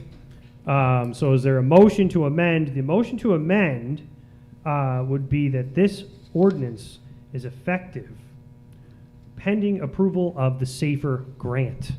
To be it ordained. Yes. That's what he said. Yep, To I'll be make- it ordained. I'll make a this- motion. Okay. This ordinance is effective pending the approval of the SAFER grant. You're freaking out. What's up? And the All right, I'm number's gonna- different. I'm- It's not in It's proper our opinion, form. it's not of the proper procedural. And the number's different. And it's not Right. really legal. All right, so I'm going to request that if that is the case, that the mayor veto this and send it back for a correction, because that's what the body may do right now, okay? All right, thank you. It's okay. It's all right. Fine. Yeah, this is part of the legislative process. Okay. Second to the amendment. So the recommendations of the corporate council, it's not legal, is that correct? Correct. Correct. Thank you. Okay, all right. Well, that's beside the point, all right? Let's just move on. All right, put your votes on the board for the, put your votes on the board for, put your votes on the board for the amendment. Put them on the board for the amendment. What is this on? The amendment is, this ordinance shall become effective Oh, okay, all right, yes. pending the approval of the SAFER grant. But there's, We have 136 on our sheet. He read. I read 132. I know. All right, okay. It should be amended. All right, so let's make another amendment. As, before this amendment's even voted on, which is okay, there's like all these stacked amendments. There's a motion, clear the board. There's a motion to amend the legislation that was in committee to state 132 for the total of the complement. Is there a second? Second from Beatrice. All in favor of the amendment? All in I'm just waiting for the clerks to finalize what they're writing. There's other paperwork going on up here. That's why I'm taking time. All right, this has got to all be captured. Your votes on the amendment to just put it from 136 to 132. Okay, that's 7. Okay, 2 and 3. Okay, you got that? All right, so now it says 132. Now let's bring the amendment to have this effective pending the approval of the SAFER grant.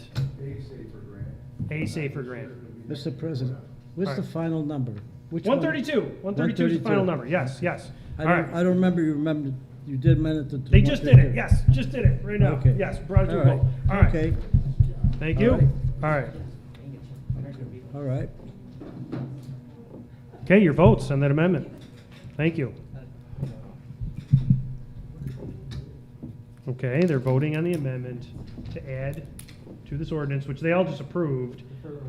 Yes, that this ordinance become effective upon the approval of a SAFER grant. Okay? All right. Thank you. Okay. Now, That takes it in. this is now on the floor as amended. It says 132. It has the, I'll call it a contingency just so we're clear at the end, the effective, where it's not effective unless the SAFER grant is approved. Okay? Now, just so everyone's clear before we vote on this, Corporation Counsel is most likely going to discuss this with the mayor's office. If this comes back down, this is okay. The council's doing something difficult. You guys are all talking about it on the floor. You're all working together, as much to everyone's chagrin, it seems. Everyone's working together on this to support the fire department. So it's happening right now and it's moving forward. Don't you recuse Your votes. yourself? Your votes. Councilman Mooney. Okay. 9 yeas. 9 yeas. All right, Corporation Counsel, I'd like to request that you also carry an additional message to the mayor to consider. Can I make a point? You can make a point, absolutely. Particularly as chairperson of the committee, this is why we have committees. Right. And had we said, we're gonna leave this in committee, we would have been the villains, right? We worked together to make this happen. But I want to make a point. This is why we have committees. Okay, thank you. Motion to close, Mr. President. No, actually. You got more? I have something I would like to just, All right. a lot of these pieces come across the desk, the clerk. Look at them, clear the board, please. Please take this to the mayor. I understand there's many different opinions on how this may or may not be done. As many of the council people stated, the council reserves the sole right to change the complement. So I'd like the mayor to consider, if we do change this process or if he vetoes this, that if the grant is applied for, even with a resolution from the council supporting the grant, and then the grant is received, but then for some crazy reason the council does not change the complement after the fact, what will we do? Because that's possible if the council didn't do this first. So even if this gets vetoed, I'd like you to think about the how that will proceed. That's just my request. All right, anyone from the floor? Anything else? All right, thank you.